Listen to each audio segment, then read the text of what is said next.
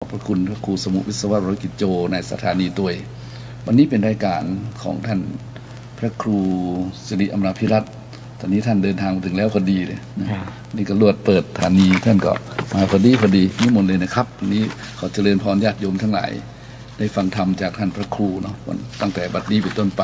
13 นาฬิกาถึง 15 นาฬิกาพุ่นนะครับเนี่ยครับนิมนต์เลยนะครับครับขอ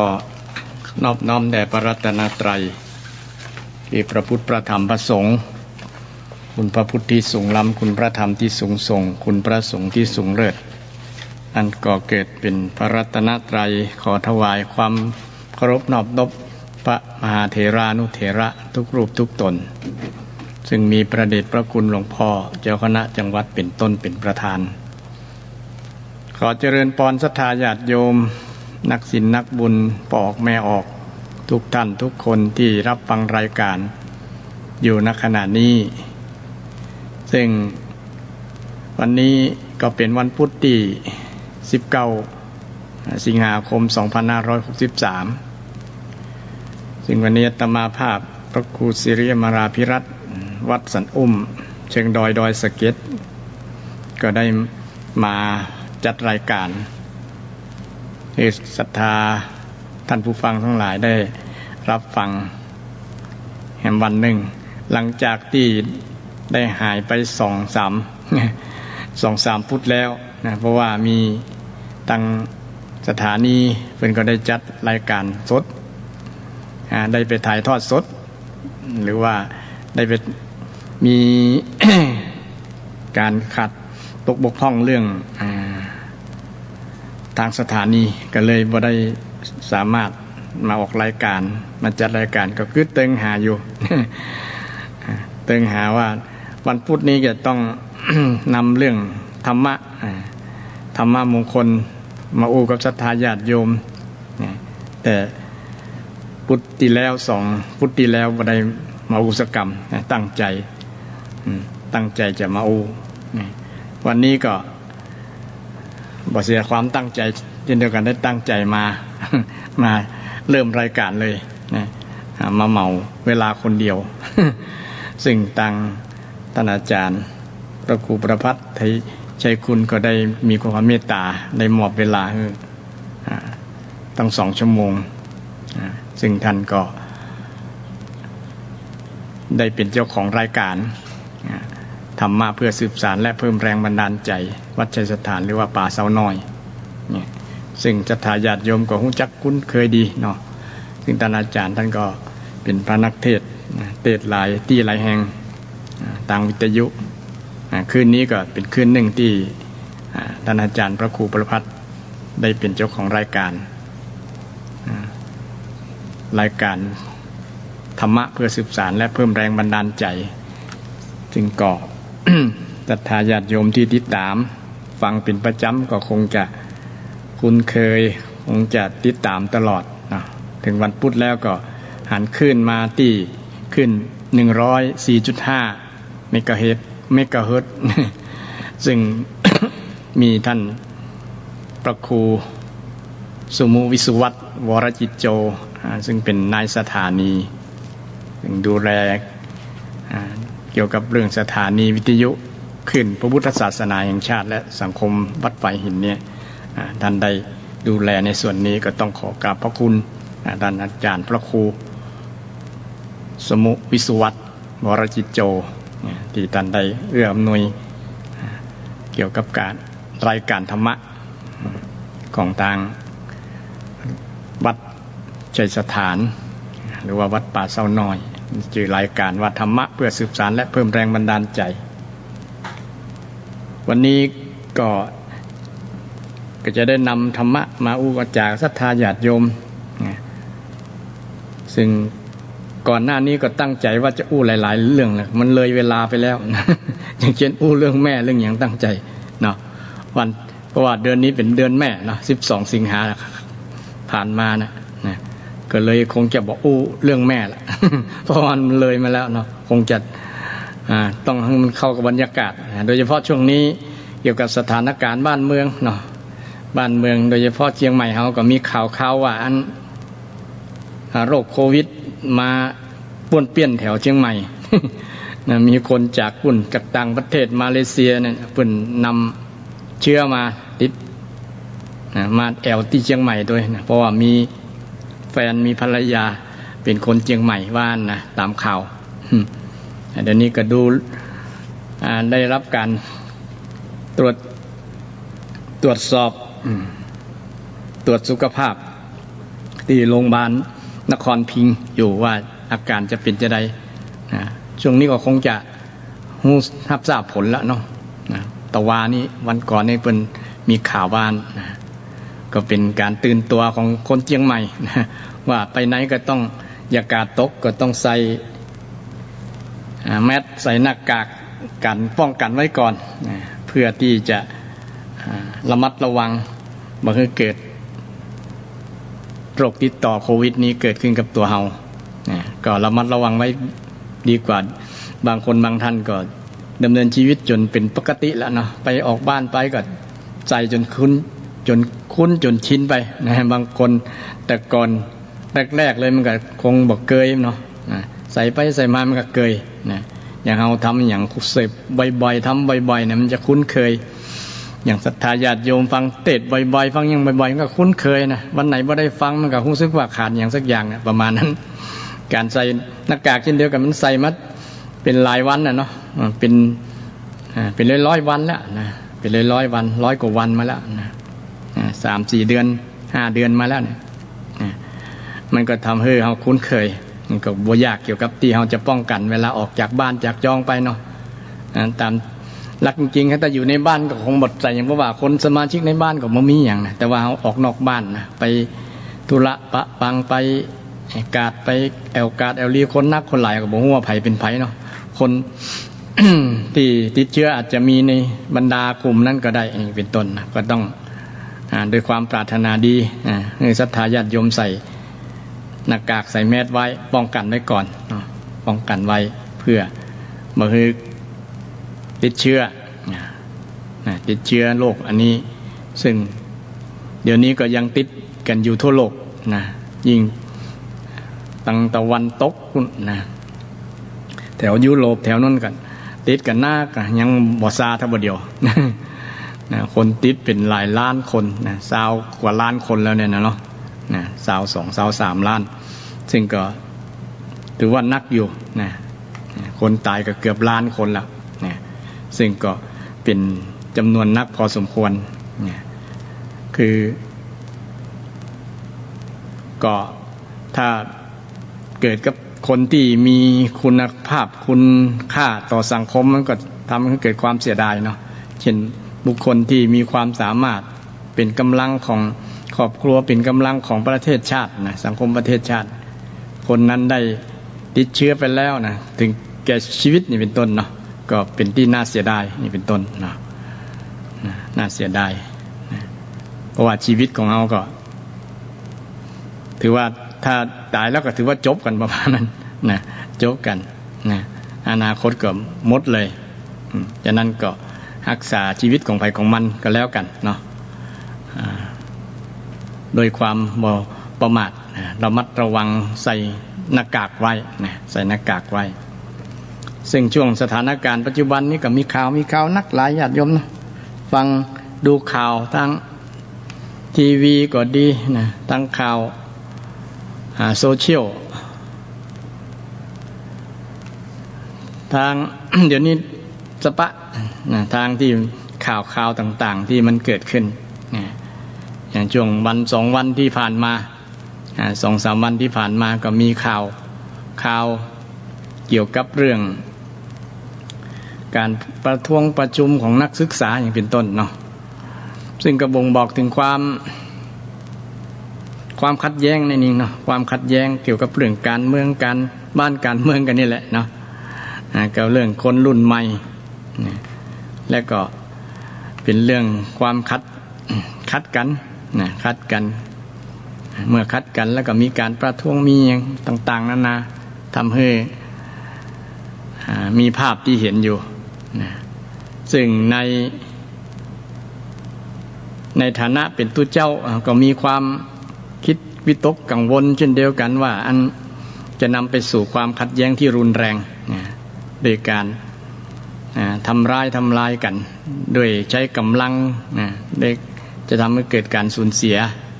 ถ้ามีความขัดแย้งเกิดขึ้นตามหลักการของการปกครองแบบระบบประชาธิปไตยมันก็มีการขัดแย้งกันเป็นธรรมดาความคิด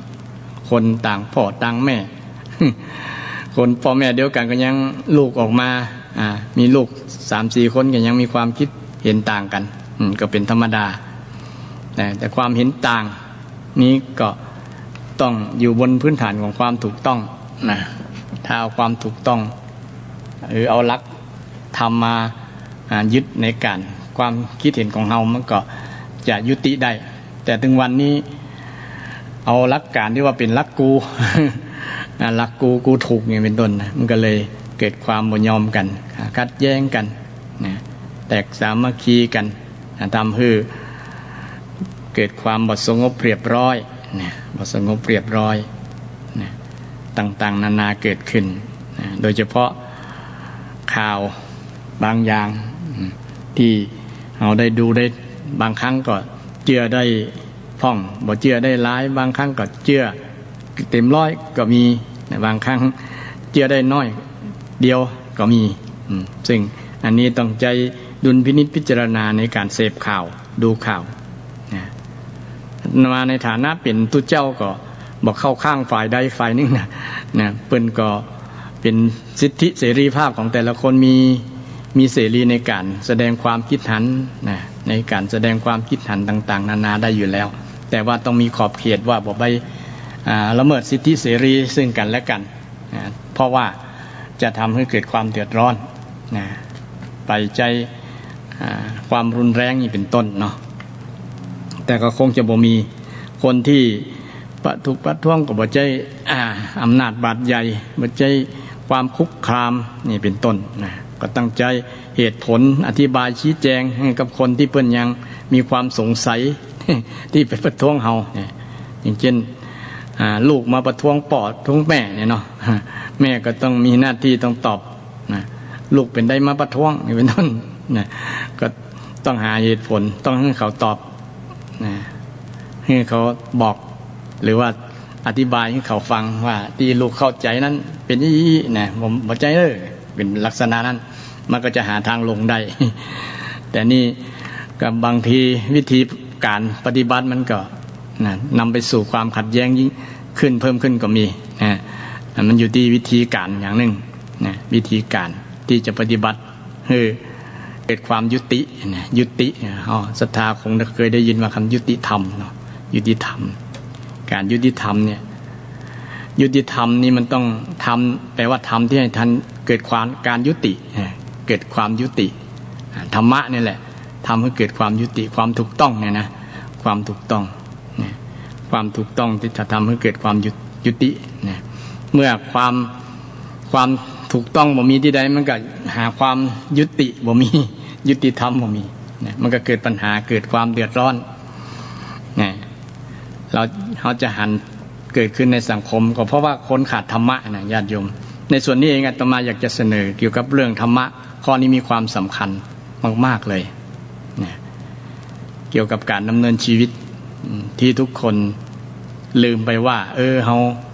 มาพิจารณาพิจารณาธรรมข้อนี้คือนักๆหลายๆหลายๆคือความถูกต้องเนี่ยมัน หมวดธรรมเป็นห้องว่าหมวดธรรมที่ห้องว่าธรรมที่ให้เกิดความร่มเย็นแต่ถ้าจะมีอยากจะมีความร่มสงบร่มเย็นเนี่ยตั้งแต่สมาชิกในครอบครัวเป็นต้นเนี่ยต้องมีคุณธรรมทั้ง4ประการญาติโยมคุณธรรมทั้ง4ประการนี้จะทำให้ ชีวิตนั้นอยู่เย็นเป็นสุขอยู่เย็นเป็นสุขบ่มีปัญหาแต่ถึงวันนี้อาจจะขาดข้อใดข้อหนึ่งลองพิจารณาดูญาติโยมว่าเราจะขาดข้อใดข้อหนึ่งก่อนข้อใดข้อหนึ่งธรรมที่ว่านี้เป็นภาษาบาลีว่าพรหมวิหารธรรมวิหารธรรมทำเป็นที่ทำให้มี ความอยู่เย็นเป็นสุขหรือว่าธรรมของผู้ประเสริฐธรรมของนักปกครองผู้ปกครองเช่นพ่อแม่ก็เป็นนักปกครองปกครองลูกปกครองครอบครัวเนาะก็จะต้องมีธรรมะข้อนี้เช่นเดียวกันเนี่ยทั้ง4ข้อนี้คือมีเมตตามีความรักมีความปรารถนาดีกับคนในครอบครัวกับลูกกับหลานถ้าเป็นพ่อแม่เนาะพ่อแม่ส่วนนักก็มีอยู่แล้วมีความรักอย่างวัน12 สิงหาที่ผ่านมาเป็นวันแม่เนี่ยก็ครูบาอาจารย์พระเถรานุเถระพระสงฆ์องค์เจ้าก็ได้เกี่ยวกับเรื่องธรรมะของที่พุทธเจ้าได้อุปมาประไมยว่าพ่อแม่นี่เปรียบเหมือนพรหมนะเปรียบเหมือนกับเป็นเนี่ยต่างกันนะญาติโยมนะบางคนไปใจคำว่าเป็นนะอย่างเช่นพ่อแม่เป็นพระอรหันต์เนี่ยพ่อแม่ไม่ได้เป็นพระอรหันต์นะเปรียบเหมือนพระอรหันต์นะเปรียบเป็นนะพระอรหันต์เนี่ยคือคนที่บ่มีกิเลสบ่มีความโลภความโกรธความหลงเลยแต่พ่อแม่ก็ยังมีอยู่เนี่ยไม่ใช่พระอรหันต์นะแต่เปรียบนะอุปมาประไมยยกให้เปรียบเทียบเฉยๆว่าเหมือนพระอรหันต์เหมือนพรหมนี่เป็นต้นเนาะถ้าเอาไปใจคำว่าเป็นนี่มันจะผิดความหมายไปอย่างกรณีเปรียบเหมือนพรหมเหมือนมีพรหมพระพรหมนี่เป็นผู้สร้างก็คือเหมือนอุปมาเหมือนพ่อแม่ก็เป็นผู้สร้างลูกให้ได้เกิดสร้างอนาคตสร้างครอบครัวสร้างสิ่งที่ดีๆให้กับลูกมาจากเมตตาธรรมเมตตาธรรมมีความปรารถนาดีที่จะให้ลูกมีความสุขนี่เป็นคุณธรรมข้อแรกพ่อแม่ทุกคนมีกันหมดนะความฮักนี่นะภาษาพระเป็นห้องว่าเมตตาเนี่ยเนาะเมตตาความปรารถนาดีความปรารถนาดีทีนี้ข้อที่2ต่อมาก็คือมีเมตตามีกรุณามีการุณากำเมืองว่าความเอ็นดูสงสารเนี่ยเนาะแต่โดยภาษาไทยก็คืออยากจะให้คนได้พ้นทุกข์กันนะยึดที่วันกับมียึดหวาดวันกับลูกหันลูกทุกข์นี่อยู่บ่ได้ละนะให้พ่อแม่เป็นนั่นนะหันที่ลูกนี่มีปัญหาเนี่ยพ่อแม่จะมีจิตหวาดวันเป็นเลยว่าการุณาเนี่ยอยากจะให้ได้พ้นทุกข์ลูกเป็นทุกข์ตัวเก่าก็เป็นทุกข์ยิ่งกว่าลูกพ่อแม่มีจิตแบบนั้นนะเป็นเลยว่ามีกรุณาธรรมมีกรุณาธรรมอยากจะให้ปลดเปลื้องทุกข์จากลูกเวลาลูกมีปัญหามีความทุกข์เนี่ยพ่อแม่ทุกคนมีหมดนะบ่อยากอย่างนี้เช่นสังเกตว่าคนแต่ก่อนเนี่ยตัวเก่าเป็นทุกข์เนี่ยมีอาชีพทำไร่ทำนาทำสวนลำบากตรากตรำเนี่ยการงานนะก็เอ็นดูตัวเก่าแล้วก็นึกถึงลูกโอ้บ่อยากให้ลูกได้ทุกข์เหมือนตัวเก่าก็ส่งให้ลูกเรียนหนังสือสูงๆบ่ใครมาเป็นชาวไร่ชาวนาประมาณนั้นน่ะ ก็เลยมีความคิดว่าอยากจะบอกให้ลูกมีทุกข์เหมือนตัวเก่าให้ลูกพ้นทุกข์นั่นแหละนี่แต่ทีนี้มา เดี๋ยวจะรายละเอียดว่ามันมีข้อเสียก็เกี่ยวกับเรื่องคุณธรรมตั้งแต่เมตตามากรุณามานี่กรุณาและข้อที่3มีมุทิตายินดีกับลูกมีความยินดีกับลูกได้เกิดมาแล้วก็รอดปลอดภัยมีอวัยวะครบ32ประการหน้าฮักหน้าจังเรียนประสบผลสำเร็จอันอย่างก็มีความสุขยินดีกับลูกได้ไปประสบผลสำเร็จหลังจากเรียนจบแล้วพ่อแม่ก็มีความยินดีตัวภูมิใจปลื้มภาษาเมืองภาษาไทยเราปลื้มเกินไปกับบดีนะญาติโยมเดี๋ยวจะรายละเอียดว่าปลื้มเกินไปมันทำให้ลูกได้ใจ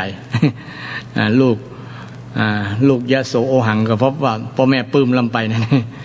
แต่อย่ามันต้องพอประมาณพอดีนะพ่อแม่ทุกคนมีความยินดีกับลูกล่ะ นะลูกจะเก่งกว่าลูกจะดีกว่าก็ยิ่งดีใจว่าโอ้ลูกเราเป็นคนเก่งประสบผลสำเร็จมีครอบมีครัวมีฐานะมั่นคงอย่างเป็นเพิ่นก็ยินดีไปแต่ข้อต่อมานี่จะถามว่าเรามีครบมีพร้อมบริบูรณ์ไหมนี่ภาษาธรรมเพิ่นร้องว่าอุเบกขาเนี่ยเมตตากรุณามุทิตาอุเบกขาอุเบกขาบางตีเพิ่นแปลว่าวางเฉยเนาะเพิ่นถึงความหมายว่าวางเฉยแต่บางคนไปตีความหมายว่าเฉยอย่างล่ะเฉยว่าเฉยเมยแล้วบ่สนใจใยดีอย่างกะอันนี้ถ้าไปเข้าใจจะอีกก็แสดงว่าเข้าใจผิดนะอุเบกขาบ่ใช่เฉยเมยนี่บางที่บางแห่งครูบาอาจารย์เพิ่นก็เพิ่นให้ความหมายว่าวางใจเป็นกลางนะทีนี้กลางระหว่างอย่างนะระหว่างอย่างกับอย่าง กลางอย่างก็ต้องอธิบายเนาะแต่ในฐานะอาตมาได้เรียนบาลีมาก็อยากจะยก แปลว่าทรัพย์มันมาจากอย่างอุเบกขาเนี่ยมีศรัทธาญาติโยมไ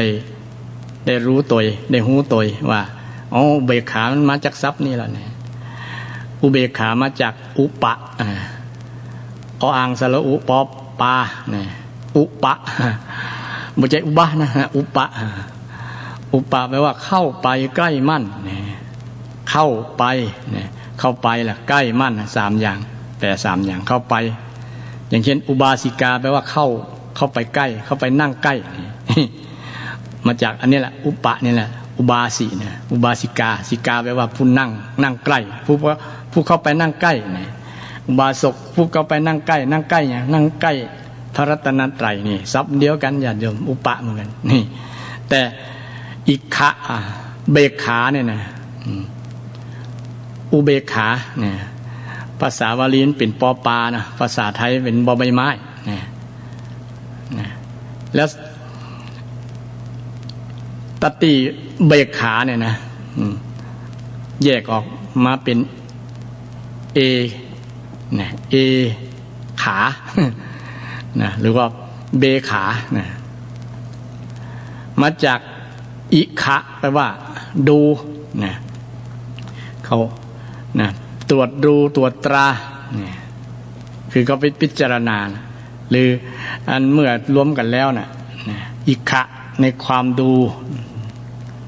รวมกันเป็นอิอ่างสลีเป็นสเลเพราะว่ามันนะเอาสระอิเนี่ยแปลงร่างเป็นสระเอได้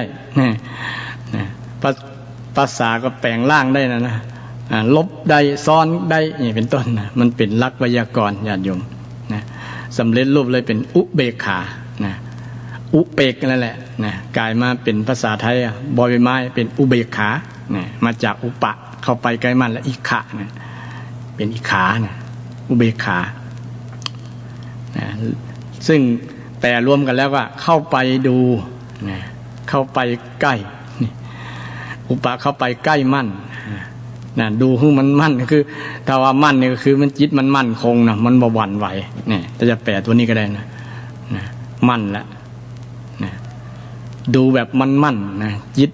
ตรวจตราดูมันมั่นบอกให้มันหวั่นไหวคือบอกมันเอียงบอกให้มันเอียงไปทางนั้นทางนี้นี่ความหมายของคำว่าอุเบกขาวันนี้แยกทรัพย์ของศรัทธาญาติโยมได้ฟังกันเพื่อจะเป็นคุณูปการในการฟังเทศน์ฟังธรรมธรรมะต้องแยกเป็นชิ้นเป็นชิ้น เป็นอย่างที่พระเจ้าฉายานามว่าภัคววาเนี่ยแปลว่าผู้แจกแจงธรรมะเนี่ยญาติโยมเนี่ยภัคววาพระผู้มีพระภาคเจ้านะแยกเป็นชิ้นเป็นส่วนเป็นขันธ์เนี่ยเพิ่นแยกทำเนี่ยส่วนนั้นส่วนนี้แยกเป็นรูปเป็นนามเป็นอย่างต่างๆเนี่ยสุดยอดญาติโยมเพิ่นแยกลักษณะนี้นะเพิ่นนิรุตติปฏิสัมภิทาแตกฉานในภาษาพระสัมมาสัมพุทธเจ้าทรงวิชชาจารณะสัมปันโนเนาะถึงพร้อมด้วยวิชชาและจารณะ สัมมาสัมพุทโธตรัสรู้แจ้งเองบ่มีไผสอนนี่เปิ้นถึงแจกแจงแยกธรรมได้นี่ อุเบกขาที่เป็นธรรมะสำคัญเนี่ยญาติโยมมันไปกำกับธรรมะทั้ง3ขั้นต้นเลยคือเมตตาก็ดีกรุณาก็ดีมุทิตาก็ดีเนี่ยถ้าผู้ปกครองมีพ่อมีแม่เป็นต้นเนาะหรือว่าคนผู้ปกครองระดับป่อนหลวงนายกเป็นต้นเนาะคนที่ปกครองดูแลกันถ้าขาดธรรมะตัวนี้นะญาติโยมมันจะยุ่งอย่างเป็นข่าวเดือนที่แล้วนะเกี่ยวกับเรื่องคดีของบอสอยู่วิทยาเนี่ยมันก็ขาดตัวนี้แหละนะผู้ปกครองขาดธรรมะตัวนี้นะเอียงไปเพราะอาจจะเพราะโลภก็ได้ โลภหันเงินตาโตเนี่ยนะก็เลยเอียงนี่โดยเฉพาะนี่สำคัญนะสำคัญธรรมะข้อนี้นะทำให้บ้านเมืองเดือดร้อนเลยถ้าไผ่บทเจริญให้มันบริบูรณ์ให้ธรรมะข้อนี้เต็มเปี่ยมบริบูรณ์เนี่ยญาติโยมจะหันว่าในสังคมเริ่มตั้งแต่ครอบครัวเนี่ยนะถ้าขาดทำตัวเนี้ยนะเดือดร้อนแน่เลยเดือดร้อนจะได้ลองพ่อแม่บางคนไปเข้าข้างคนใดคนหนึ่งสมมุติว่ามีลูก4 คนเนี่ยเนาะญาติโยมเนี่ยไปเอียงเพราะชอบคนนี้นักกว่าและจังคนนี้เนี่ยไอ้ตัวนี้แหละบอกบทเจริญอุเบกขาบทเจริญอุเบกขาเพราะไปเอียงถือว่าบริหารปกครองลูกบ่ถูกตามทำให้ลูกได้ใจคนหนึ่งทำให้ลูกจังคนหนึ่งจังหรือว่าคนหนึ่งกลัวอย่างเป็นต้นเนาะเป็นลักษณะที่คือเกิดความลำเอียงในสังคมครอบครัวนั้นพ่อแม่นี่ต้องมีคุณธรรมตัวนี้สูงมากๆถึงจะปกครองลูกปกครองครอบครัวได้อย่างมีสันติสุขในครอบครัวนั้นหมู่บ้านก็เช่นกันในภาพรวมภาพใหญ่นะสังคมประเทศชาติก็เช่นเดียวกันเนี่ยถ้าขาดธรรมะข้อนี้ญาติโยมเนี่ยธรรมะคือความถูกต้องเนี่ยนะความถูกต้องส่วนนักมันจะเอียงนะเอียง เอียงไปเพราะอันนี้เป็นพวกของเฮาเป็นนั่นของเฮาอันนี้เฮาฮักคนนั้นเฮาจังนี่เริ่มมีปัญหาแล้วอย่างแม้แต่การพัฒนาหมู่บ้านประเทศชาติก็เหมือนกันนะบ้านท่านมันบ่เลือกเขาจะบ่พัฒนามันเนี่ยประมาณนั้นเนี่ยแสดงว่ามีความลำเอียงเพราะไม่ชอบคนนั้นแต่ชอบคนนี้นี่เอียงบ่มีจุดยืนอยู่บนความถูกต้องเนี่ยใจบ่อยู่บนความถูกต้องเที่ยงธรรมอุเบกขาก็คือความเที่ยงธรรมบ่เอียงไปเพราะรักบ่เอียงไปเพราะโคตรฉันทาคติโทสาคติโมหคติพยาคติเนี่ยคติคือความลำเอียงทั้ง4อย่างเนี่ยญาติโยมลองถามใจตัวเฮาว่าเฮามีก่อนอาตมาก็ถามใจอาตมาดูเหมือนกันบางครั้งปกครองดูแลพระเนรนะเขาจะเอียงเข้าข้างไหนน้อเนี่ย ถามเหมือนกันเนี่ยถามเหมือนกันเนี่ยถ้าเอียงฝ่ายใดฝ่ายหนึ่งเนี่ยรับรองมีปัญหามีปัญหาแน่นอนครอบครัวใดพ่อแม่คนใดเนี่ยเอียงไปฝ่ายใดฝ่ายหนึ่งกันแล้วถึงลูกคนนั้นจะบดีก็เป็นหน้าที่ของพ่อแม่ต้องบอกสอนบ่ใช่ว่าไปเอียงเอียงบอกให้บ่อบรมบ่สั่งสอนเขาบ่ให้เหตุบ่ให้ผลเขาก็ยิ่งทำให้เขาออกห่างเขาติ๊กๆนะบ่ทำให้ปัญหานั้นเพิ่มขึ้นมาเรื่อยๆแทนที่จะแก้ปัญหากับซ้ำเติมปัญหาเพิ่มปัญหานี่ส่วนมากก็มาจากนี่แหละญาติโยมมาจากระดับครอบครัวเป็นสังคมหน่วยต้นที่จะทำให้เกิดปัญหาถึงวันนี้อาตมามองว่ามองว่า คนส่วนหนึ่งนะอาจจะส่วนหลายก็ได้นะลืมไปว่านะขาดธรรมข้อนี้นะลืมเจริญธรรมข้อนี้นะอุเบกขาเนี่ยนะถ้าจะแปลว่าวางเฉยก็คือเฉยบ่เอียงไปเพราะชังอันนี้ก็ถูกได้นะคือเฉยกับอารมณ์เกลียดอารมณ์ชอบอารมณ์ชังอารมณ์กลัวเนี่ยนะกลัวคนนั้นจะว่านะกลัวคนนี้จะว่านะฮักคนนี้ก็เลยเอียงไปกับคนนี้นะบ่ชอบคนนี้ก็เลยเอียงไปด่าคนนั้นคนนี้นี่มันก็เลยทำให้เกิดปัญหาเพราะเราลืมมีความมีธรรมะเราลืมพิจารณาธรรมะที่ว่าอุเบกขาธรรม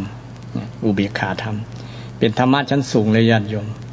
ภัยที่เจริญก็ถือว่าคนนั้นก็มีสมาธิในตัวเนาะเพราะว่าอุเบกขาธรรมนี้เป็นธรรมของฌานขั้นหนึ่งอยู่นะถ้าใครมีคือภัยจะมาว่ามาชมมาด่าเนี่ยก็นิ่งเฉยนิ่งเฉยนี่ก็เป็นอุเบกขาธรรมต้องบวรไว้เนาะบวรไว้ใครมาชมแล้วก็บอกยิ้มบอกเลิงตัวนะใครมาว่าก็บอกโต้ตอบบอกบดาตอบนี่เป็นต้นนะคนนั้นถือว่าจิตเป็นอุเบกขานะมั่นคงที่ยังทำนะบวรไว้บวรไว้ในคำคนนะจะชมจะแช่งจะเชียร์หรืออย่างต่างๆเนี่ยอย่างกรณีสถานการณ์บ้านเมืองมีข่าวนั้นข่าวนี้เนี่ยเขาก็จะชมด้วยอุเบกขาธรรมเนี่ยซ้ำเป็นสิ่งที่ดีจะทำให้ใจเขาบ่หวั่นไหวญาติโยมเนี่ยเวลาลูกมีปัญหาพ่อแม่ก็ต้องใจนักแน่นไว้ก่อนอย่าฟังไปนั่นเตื้อนะอย่าฟังไปบางครั้งไปเป็นเจ้ากี้เจ้าการตัดสินใจแทนเขาบางครั้งนี่พ่อแม่ก็บ่มีอย่างก็บ่วางบ่ปล่อยวางบางอย่างยึดเอามาเป็นตัวโมดเนี่ยก็เป็นทุกข์เป็นปัญหาเช่นเดียวกันเนี่ยลืมไปว่าเขาก็เป็นคนใหญ่พอที่เปิ้งลำแข้งตัวเก่าได้แล้วนะเปิ้งตัวเก่าได้แล้วเขาก็ปงวางเนี่ยนะมันจะได้ดังใจเขาหมดบางยากญาติโยมแม้แต่ใจเขาก็แม้แต่ตัวเขาจะได้อย่างใจมันก็ยากนะมันเป็นอนัตตาเองว่านะฉะนั้นเราพิจารณาความเป็นจริงของธรรมชาติแบบนี้ก็จะทำให้เราบหวั่นไหวบหวั่นไหวก็ต้องปล่อยอย่างพ่องนะปล่อยอย่างพ่องเวลาลูกมีเปิ้นไปทำสิ่งที่บ่ถูกต้องนี่เป็นต้นเนาะเอาไปเอียงเข้าข้างลูกเนี่ยก็แสดงว่าเขาบ่มีอุเบกขาอย่างกรณีของลูกคนรวยบางคนเนี่ยยอมทุกสิ่งทุกอย่างแหละจะบอกให้ลูกติดคอกเนี่ยขอเอียงมาข้างลูกเถอะนะลูกจะพิษกระจ้างเนี่ยเบาความถูกต้องว่าเนี่ยถือว่าพ่อแม่นี่ฆ่าลูกตั้งอ้อมญาติโยมเนี่ยฆ่าลูกตั้งอ้อมเนี่ยเลี้ยงลูกจนลูกได้ใจลูกก็เคยได้เข้าใจว่าตัวเก่านี่ทำบ่พิษอย่างเลยบ่มีจิตสามัญสำนึกนะบ่มีจิตสามัญสำนึกแต่ว่าตัวเก่าทำไปแล้วแทนที่จะรับผิดชอบในการกระทำของตัวเก่ากลับมาได้ใจที่พ่อแม่เข้าข้างตัวเก่านี่พ่อแม่ฆ่าลูกตั้งอ้อมนี่พ่อแม่ฆ่าลูกเนี่ยบ่จะให้ช่วยลูกเนี่ยบางคนว่าช่วยลูกบ่อยากให้ลูกติดคอกเนี่ยจะได้ก็ตามนะเงินตัวใดก็อันซึ่งนะมันบ่ถูกต้องนะญาติโยมนะคือเขาได้ไปอยู่ในคอกสัก2-3 วันก็จะดีเพราะว่ามันเขาทำผิดแล้วหรอเราต้องทำใจได้ว่ามันเป็นผลกรรมที่เขาทำเขาช่วยได้ตึกแค่บอกแค่สอนนะการกระทำเป็นชีวิตของเขาจะทำดีทำชั่วนะก็เป็นเรื่องของเขาถ้าเขาทำหน้าที่ของเขาเสร็จแล้วถ้าเขาบอกวางมันจะเป็นทุกข์ตัวนะเป็นทุกข์กับเขาเรื่องกับเขาเนี่ยฉะนั้นพ่อแม่ต้องมีท่าทีวางไว้วางใจไว้ที่ความถูกต้องนะบ่ใจวางไว้ที่ลูกนะเอาลูกมาเป็นรักเลยเอาฮักลูกจนหัวปักหัวปั๊มมันบ่งบอกถึงว่ามีเมตตาเกินไปมันกับทำให้เป็นโมหคติไหนได้ญาติโยม โยมลองสังเกตดูนะไผฮักลูกจนลูกฮักจนหลงเนี่ยมีนะฉะนั้นอุเบกขาเนี่ยจึงเป็นธรรมะระหว่างกลางจัดสรรว่าให้มีเมตตาแบบขอบเขตนะเมตตาแบบมีเหตุผลนะถ้ามันเป็นอธรรมเป็นสิ่งที่บุตรถูกต้องกับเฮากับฮักไปก็จะเสียทั้งคนที่เฮาฮักตัวเสียทั้งตัวเฮานะเสียทั้งลูกรักลูกผิดทาง รักลูกผิดทางคนแต่ก่อนเพิ่นว่าอย่างก็มันมีวิธีเลี้ยงลูกเนาะต้นยอกอไผ่ใส่เตาอย่างมี3-4อย่างเนี่ยเนาะต้นยอก็ชื่นชมเนาะชื่นชมเวลาลูกทำดีถูกต้องแล้วลูกเอ้ยนะถ้าลูกยอกอไผ่นี่ต้องทำโทษพ่องนะใจพระเดชเวลาลูกพ่อแม่ต้องมีความหรือว่านักปกครองต้องมีความกล้าลงโทษคนที่ทำบ่ถูกต้องแต่เดี๋ยวนี้มันห้องว่าอย่างรูปหน้าปะจมูกปะหูดังเนาะ มันบางแล้วอู้บ่ได้นะน้ำมันท่วมปากอู้ก็เข้ามันก็เจอตัวเก่าประมาณนั้นมันก็เลยพิษทำไปหมดเลยญาติโยมพิษลักการพิษนั่นไปหมดนะคือขาดความกล้าขาดความองอาจที่จะตัดสินเรื่องปัญหาที่ยืนบนความถูกต้องได้นี่มันก็สร้างปัญหาให้เกิดขึ้นนะฉะนั้นต้องเอาความถูกต้องว่ามันถึงจะยุตินะมันจะบ่มีปัญหาที่คดีที่เป็นข่าวเนี่ยที่มันเป็นปัญหาอยู่เนี่ยเพราะว่าบอกความถูกต้องไงยืนอยู่บนอคตินะอคติหลงนะโมหะคตินะหลงเมาในเรื่องลาภยศสรรเสริญเงินนะเป็นต้นเนาะผลประโยชน์ที่จะได้นะนี่มันก็เลยทำให้เสียทำให้เสีย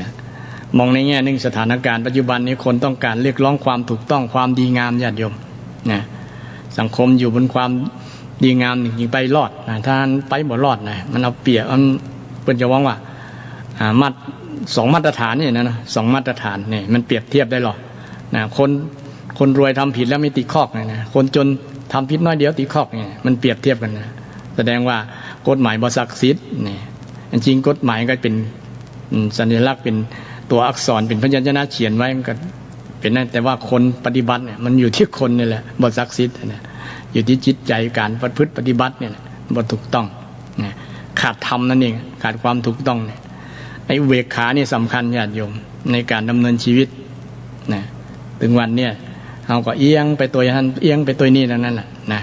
มันเลยทำให้เกิดปัญหานะญาติโยมที่ฟังอยู่อยากจะแสดงความหันนะช่วงขั้นรายการกันได้นะ053-114-332นะ053-114-332ท่านใดฟังอยู่มามาบอกความชัดเจนของคลื่นสถานีนะแจ้งจากฟังตั้งใดเนาะมาบอกตังรายการนี้ก็เรียนเชิญเจริญพรได้นะ053-114-332นะขณะนี้ก็เวลา13:40 นาทีนะซึ่งได้เข้ารายการไปประมาณ40 นาทีเกี่ยวกับเรื่องธรรมะที่เป็นธรรมที่ยังทั้งอยู่เย็นเป็นสุขนะเริ่มตั้งแต่อยู่เย็นเป็นสุขในครอบครัวญาติโยมแล้วก็สังคมภาพรวมใหญ่ๆสังคมประเทศชาติอาศัยธรรมนี่แหละจะได้อยู่เย็นเป็นสุขสังคมใดบ่มีเมตตาบ่มีความรักกันก็อยู่เย็นเป็นอยู่ร้อนเป็นทุกข์นะมีแต่ความร้อนใจในภาคเหนือเฮาในญาติโยมเนาะส่วนนักจะอยู่เย็นเป็นสุขกันมีความฮักกันบ่เบียดเบียนกันแผ่เมตตาเนี่ยหยาดน้ำถึงวันเนี่ยก็คนแต่ก่อนเพิ่นก็สอนเรื่องเมตตานั่นแหละนะเมตตากับสรรพสัตว์ทุกคนทุกชีวิตนะมีความสุขเน้อแล้วก็แผ่กรุณาตัวอย่างพ้นจากความทุกข์ ตุกขาปะมุนจันตุนะปะมุตจันตุนี่แปลว่าจุงพ้นจากความทุกข์เน้อนะทุกขาจากทุกข์เน้อจากทุกข์จากทุกข์ทุกขาซึ่งเป็นบทที่เอาสวดได้กับปากญาติโยมสวดได้กับปากแผ่เมตตาแผ่กรุณานี่แหละคือพ้นจากทุกข์นี่คือพ้นจากทุกข์สังคมใดที่มีความปรารถนาดีต่อกันช่วยเหลือเกื้อกูลกันก็คือมีกรุณานะมีความปรารถนาดีต่อกันก็คือมีเมตตานะเมตตาต่อกันนะช่วยเหลือเกื้อกูลกันก็บ่งบอกถึงเมตตาและญาติโยมนะสังคมเจ้าล้านนาของเฮานี่ญาติโยมเป็นอัตลักษณ์เป็นเอกลักษณ์ที่เด่นชัดเลยมีเมตตาธรรมมีกรุณาธรรมนะแล้วก็บอกขวายบอกอิจฉากันนะได้ดีเห็นคนนั้นได้ดีก็บอกอิจฉากันก็มีพ้องแต่บ่มีหลาย ที่อิจฉานะอิจฉากันนะคือคนที่ยินดีก็เปิ้นได้เปิ้นได้ดีโอ้มีบุญมีกุศลเนาะนะเปิ้นได้สั่งสมบุญบารมีมานักเนี่ยก็มีมุทิตาจิตนะไปยินดีก็เปิ้นนะเปิ้นได้ประสบผลสำเร็จได้บ้านหลังใหญ่ๆงามๆบ้านได้รถยนต์นะมีลูกมีหลานประสบผลสำเร็จได้เรียนมีการมีงานทำมีหลักฐานหลักแหล่งดีๆนะก็ไปยินดีกับเพื่อนโอ้อย่างมามีบุญแท้นะอย่างมีบุญแท้ว่านะใกล้มีบุญเหมือนเปิ้นก็ยินดีกับเปิ้นนี่ก็เป็นการแสดงธรรมะข้อหนึ่งที่มีในจิตใจเฮาคือมุทิตาธรรมแต่คนส่วนหนึ่งก็บ่หลายหรอกญาติโยมนี่จิอิจฉาเปิ้นนะหันเปิ้นได้ดีแม้แต่นะหันเปิ้นประชาสัมพันธ์ประกาศความดีของคนอื่น ก็ยังอิจฉานี่อิจฉาขนาดนั้นก็มีบางคนเนาะ แต่ที่จะดียินดีกับเพิ่นโอ้เพิ่นได้ทำดีนะเพิ่นบ่ใช่ทำเพิ่นบ่ใช่อวดดีแต่เพิ่นทำดีอวดเนาะ ทำดีแข่งกันไม่ได้แข่งดีกันทำดีแข่งมันจะทำให้สังคมอยู่เย็นเป็นสุขนะถ้าขาดคุณธรรมเหล่านี้นะอยู่ยากญาติโยมอยู่ยากนะถึงวันนี้ก็ลองพิจารณาจริงๆนะแล้วก็ที่สำคัญข้อสุดท้ายที่ว่าอุเบกขาเนี่ยเป็นธรรมะที่ยืนอยู่บนความถูกต้องเที่ยงธรรมเนี่ยนะที่สังคมเรียกร้องหาปัจจุบันเนี่ยนะคือความดีงามนี่แหละความถูกต้องดีงามคือเอาความถูกต้องเป็นหลักเนี่ยบ่ใช่เอาว่าอันนี้ลูกกูอันนี้พรรคกูอันนี้พวกกูอันนี้คนของกูนี่มันจะผิดจะถูกบ่เป็นยังของเป็นคนของกูนี่มันบ่งบอกถึงว่าเอาเป็นระบบประชาธิปไตยเอาคนส่วนมากว่าจะดีจะชั่วบ่นึกถึงแล้วนะเอาคนส่วนหลายว่าแต่หลักพุทธศาสนาเอาเรื่องธรรมมาธรรมาธิปไตยญาติโยมการมีหลักธรรมคำสอนเรื่องเกี่ยวกับเรื่องการใช้อำนาจในทางพุทธศาสนาก็สอนอยู่ญาติโยมเนี่ยว่าอัตตาธิปไตยธรรมะโลกาธิปไตยหรือประชาธิปไตยเนี่ยนะแล้วก็ธรรมาธิปไตยมีสามอย่างความเป็นใหญ่เอาอย่างเป็นใหญ่เอาอย่างเป็นใหญ่การใช้ระบบปกครองเนี่ยคนในครอบครัวเนี่ยถ้าเอาคนบางคนเป็นใหญ่เช่นเอาหัวหน้าครอบครัวเอาป่อนะเป็นใหญ่ถ้าป่อมีคุณธรรมนี่ก็แล้วไปอย่างสมัยปกครองระบบสมบูรณาญาสิทธิราชย์มีพระมหากษัตริย์ปกครองเนี่ยมหากษัตริย์พระองค์ใดมีคุณธรรมทศพิธราชธรรมนี่ก็สุดยอดประชาชนไพร่ฟ้าประชาชนก็แส่ซองสรรเสริญโมทนาสาธุอยู่ในจิตในใจถ้าพระองค์ใดมีความบกพร่องทางทศพิธราชธรรมเนี่ยก็ทำให้ประชาชนอาจจะขาดความศรัทธาขาดความเคารพนับถือบ้านเมืองก็จะเกิดความเดือดร้อนเป็นมานั้นหลักของอัตตาธิปไตยอยู่ที่บุคคลเดียวถ้าบุคคลคนเดียวนั้นดีไปดีแล้วก็ถือว่าดีไปแต่ต้องเอา รักความถูกต้องมายึดในบุคคลคนนั้นนะ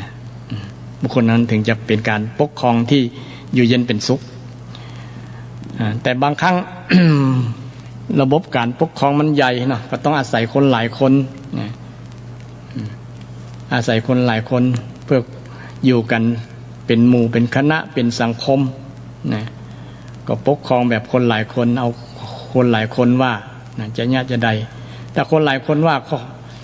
ไปทางที่บทถูกบทต้องอีกก็ยิ่งร้าย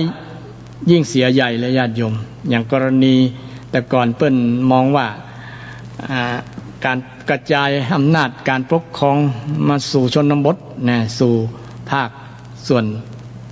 ต่างๆของประเทศเนี่ยกระจายอำนาจเนาะเป็นการปกครองที่กระจายอำนาจแต่ก่อนมันเป็นศูนย์รวมอำนาจนะเงินทองก็อยู่บริหารอยู่ที่ในส่วนกลางหมดนะต่อมาก็เป็นการปกครองกระจายอำนาจคือมีคนหลายๆคนมีส่วน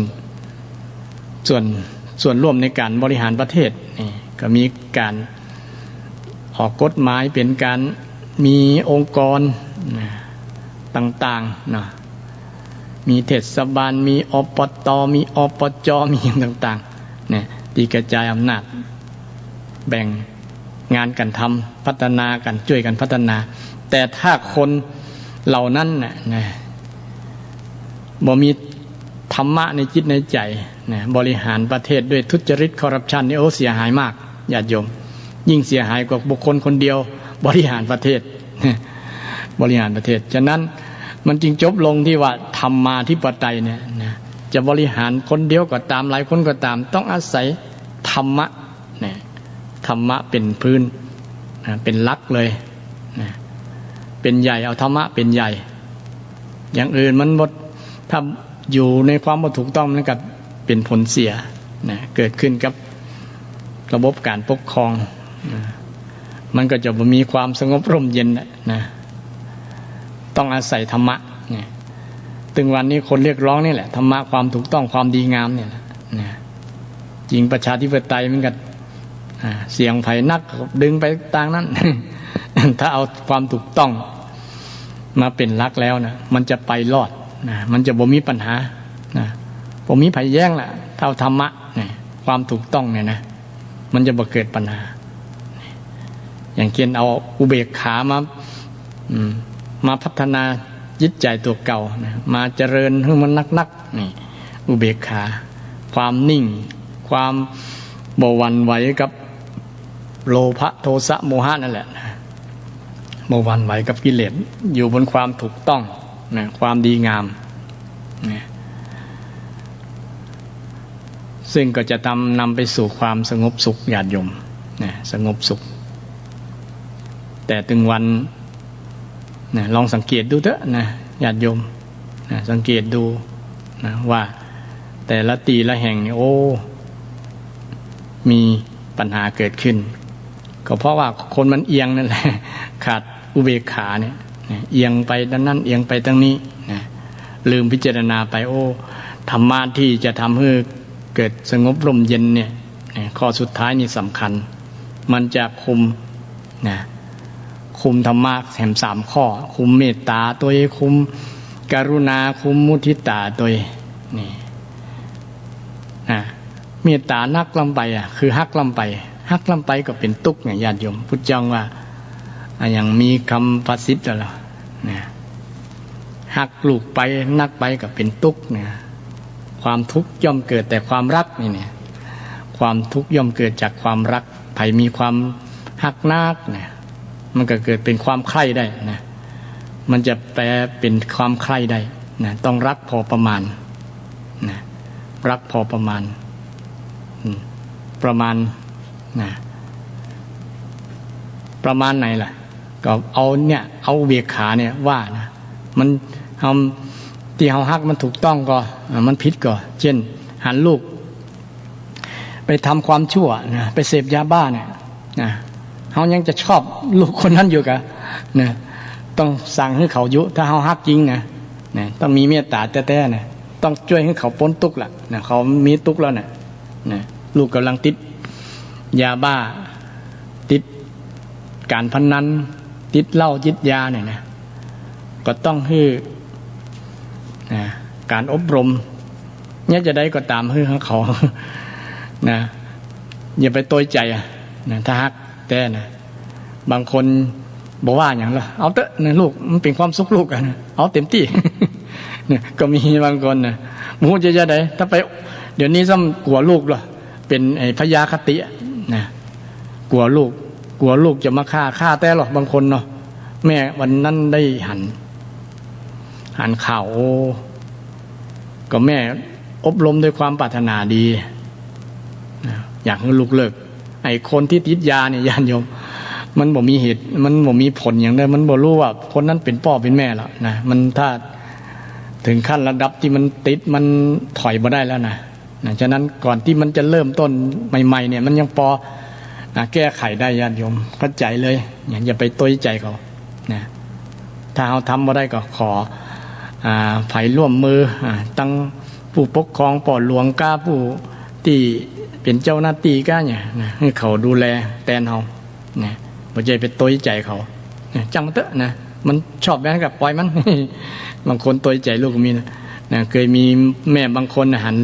ลูกไปทำพิษแล้วก็ต้อยใจลูกนะลูกไปลักขโมยมาเนาะมันก็ได้เงินได้ทองมานักแม่ก็บอกว่าอย่างดีแล้วก็ลูกนะแม่ก็สบายไปตัวตั้งที่มันพิษนะนี่เอียงเพราะความรักญาติโยมเป็นโมหะคติไปเลยเนี่ยหลงไปเลยนะหลงตางไปนะปลาของลูกหลงไปเลยนี่โมหะคติเอียงไป ทำให้เกิดโมหะคติไปตัวนะนี่ระวังจะเอียงไปเพราะนี้ ลำเอียงเพราะโทสะบางครั้งพ่อแม่เอา เอาความโกรธอารมณ์ว่านะถ้าลูกบ่ทำอย่างต่างๆกับบ่มีอารมณ์นะพอทำอย่างเอาอารมณ์ตัดสินเลยนี่ก็บ่ถูกละนะ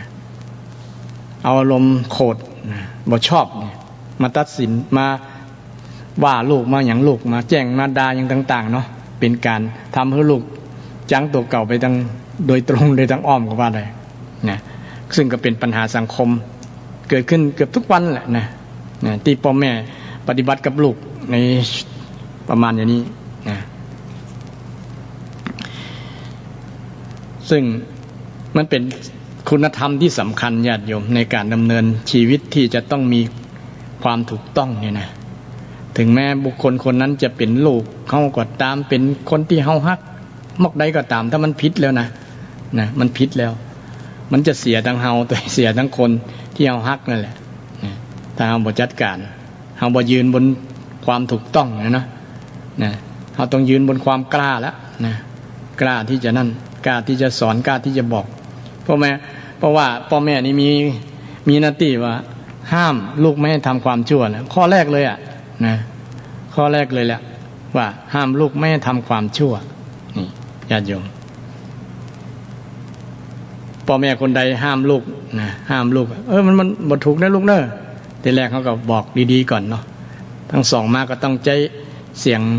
นักแน่นหน่อยครั้งที่สามกันบางครั้งเอ็กใส่หน่อยนะครั้งที่สี่เขาบอกฟังก็ต้องใจกอไผ่แล้วนะลูกยอบางครั้งยอไปก็เลิงนะต้องใจกอไผ่ต้องใช้เคี่ยนนะเคี่ยนให้เขาหลับเนี่ยมันพิษเนอร์เนี่ยอาตมาก็ใจรักนี่แต่ก่อนปกครองดูแลพระเนน เคยเคี่ยนเนนมาแต่นี่บอกกล้าเคี่ยนนะทำให้เขาดูญาติโยมนะเพราะว่าบางครั้งไม่แซ่มันก็ทำให้เกิดผลเสียนักกว่าผลดีคือคนเรามันมีสติปัญญาที่จะเข้าใจแล้วนะก็นึกถึงธรรมะนี่แหละนะธรรมะสามารถที่จะทำให้คนนะเปลี่ยนจิตเปลี่ยนใจได้ญาติโยมคำสอนที่พระเจ้าสอนมันเป็นผลที่อีล้อนะประจักษ์แก่ใจเขานะว่าธรรมะเป็นสิ่งที่เพิ่งได้นะยึดเหนี่ยวจิตใจได้นะธัมมังสรณังคัจฉามิญาติโยมธัมมังสรณังคัจฉามินะเพิ่งความถูกต้องนะยึดหลักความถูกต้องเนี่ยนะยึดได้นะอย่าไปยึดสิ่งที่บ่ถูกต้องไปยึดคนที่มีอำนาจบาดใหญ่ที่ดำเนินไปในทางที่บ่ถูกบ่ต้องมีศรัทธาญาติโยมโทรศัพท์มาขออนุญาตรับสายก่อนเจริญพร พระศาสเจ้าเจริญพรเจริญพรมาจากทางใดน้อมาจากแม่ย่อยอำเภอสายเนี่ยอ๋อแม่ย่อยเนี่ยฟังถึงวันเนาะเจ้าฟังถึงวันเลยชัดเจนดีกว่าม่วนดีแต่น้ำมันมีกะทิสดใสดีเจ้าม่วนดีเนาะเป็นได้พ่องจังพุ่นน่ะฝนตกฝนน้ำก็ฝนมืดบ่ได้เจ้ามืดบ่ได้เนาะฟังถึงวันเนาะฟังถึงวันถ้ามากูอยู่เนี่ยสันอุ้มเคยไปสันอุ้มก็แต่บ่เคยไปเจ้าผ่านไปผ่านไปมีเวลาไปแอบไปหาเน้อเจ้าวันศาสตร์เจ้ายินดีเจริญพรขอบคุณหลายๆจากศรัทธาญาติโยมได้โทรมามีกำลังจิตกำลังใจก็มีศรัทธาญาติโยมฟังอยู่กันนักกันหลายเนาะก็เจริญพรมุทนาขอบคุณก็เป็นสิ่งหนึ่งที่เป็นกำลังใจทุกเจ้าก็ต้องการพลังใจเช่นเดียวกันถ้ามีญาติโยมฟังนักกับมีความสุขหรอการให้ธรรมะนี่ญาติโยมเป็นสิ่งที่ดีประเสริฐกว่าการให้หลายๆอย่างทั้งหมดเลยที่พระเจ้าได้สอนไว้นะสัพพะทานังธรรมะทานังชินาติการให้ทำเป็นทานชนะการให้ทั้งปวงซึ่งการให้ธรรมะนี่เป็นการให้ที่บ่มีตัวมีตนนะแต่มันเป็นนามธรรมนะเป็นธรรมะที่ให้กันได้นะความรู้สึกที่ดีๆเนี่ยให้กันได้อย่างญาติโยมให้ธรรมะกับลูกเนี่ยนะความรู้สึกที่ดีๆเนี่ยโดยกำอูกำจาเนี่ยก็เป็นการให้ธรรมะดีกว่าการให้เงินให้ทองบางครั้งให้เงินให้ทองกับเป็นพิษกับตัวเฮาด้วยนะเขาเกยตัวนะบ้านไหนเฮาบอกให้เขากระจังเฮาเนี่ยบางครั้งทำลายเฮาต้องหักนะเฮาต้องให้ธรรมะคือความถูกดีงามคือความดีงามกับเขานะฝังจิตฝังใจเขามันถึงจะเป็นผลดีกับเขามันจะเป็นการเลี้ยงลูกที่ถูกต้องกล้าบอกกล้าสอนนะกล้าแสดงสิ่งที่ถูกต้องว่าอันนี้บ่ถูกบ่ต้องเนอะลูกเนอะบ่ควรทำนี่เป็นลักษณะนั้นถ้าท่านใดบอกกล้านี่มันจะทำเป็นผลเสียที่หลังในย้อนหลังเป็นลักษณะนั้นพ่อแม่หลายๆผู้หลายๆท่านโดยเฉพาะพ่อแม่มีลูกคนเดียวในญาติโยมส่วนนักจะลูกจะนะส่วนนักในที่นี้อาจจะ60%ขึ้นนะลูกจะขาดความถูกต้อง เอาแต่ใจเนี่ยประมาณนั้นนะเอาแต่ใจบ่ฟังพ่อฟังแม่อย่างประมาณนั้นนะอาตมาสังเกตนะเพราะว่าพ่อแม่บ่ได้แบ่งความรักให้คนอื่นเลยนะแต่ลูกบ่หันความรักส่วนเนี้ยนะกับหันได้หาเอาแต่ใจตัวเก่าเนาะเอาแต่ใจตัวเก่าทำให้เสียคนมานักญาติโยมนะเพราะเลี้ยงลูกที่สำคัญนี่เอาบอกกล้าเขาบอกกล้าไปบอกว่าสิ่งนี้ผิดเนอะลูกเนอะบ่ควรทำเนี่ยถ้าเขาบอกเจ้าเขาก็มีวิธีการที่จะทำให้หันได้ว่าอันนี้มันทำบ่ดีแล้วมันเป็นผลจะเกิดขึ้นกับตัวเก่าเกิดขึ้นกับพ่อกับแม่กับครอบครัวก็ชี้แจงให้เขาได้ฟังถึงจะถูกต้องตามหลักที่พระพุทธเจ้าได้สอนไว้นะแล้วก็ตั้งอยู่ในความดีเนี่ยก็ติดต่อมาพ่อแม่มีหน้าที่ว่าให้ลูกได้ตั้งอยู่ในความดีนะพ่อแม่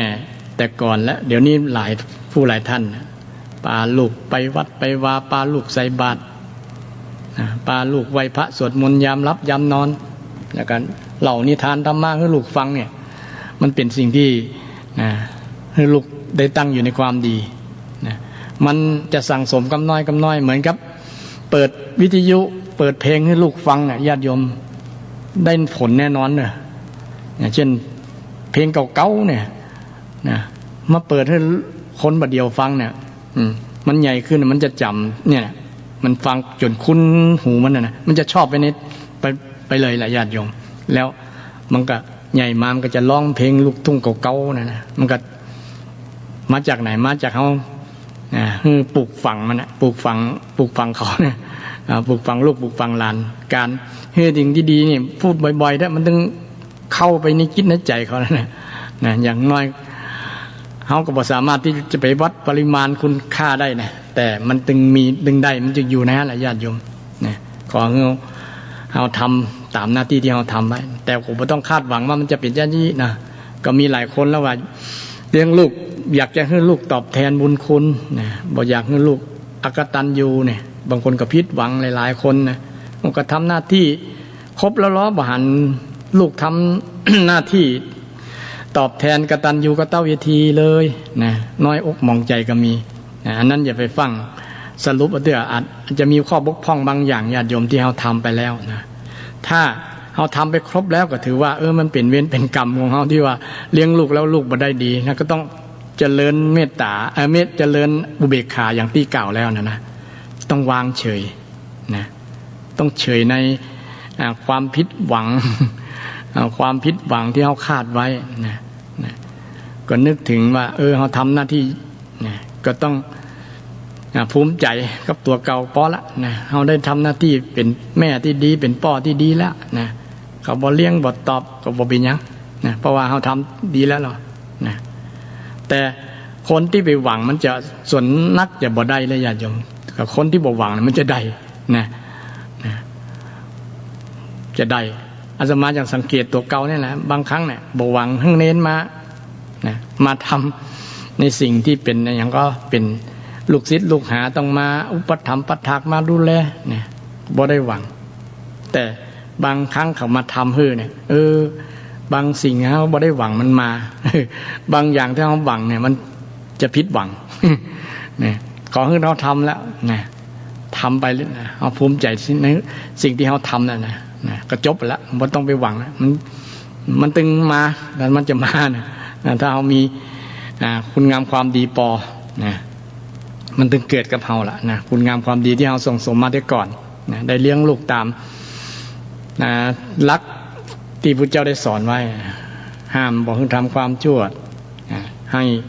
ตั้งอยู่ในความดีนะแล้วก็ให้การศึกษาศิลปวิทยาส่งลูกส่งหลานเรียนอันนี้ชัดเจนในคนบัดเดียวเนี่ย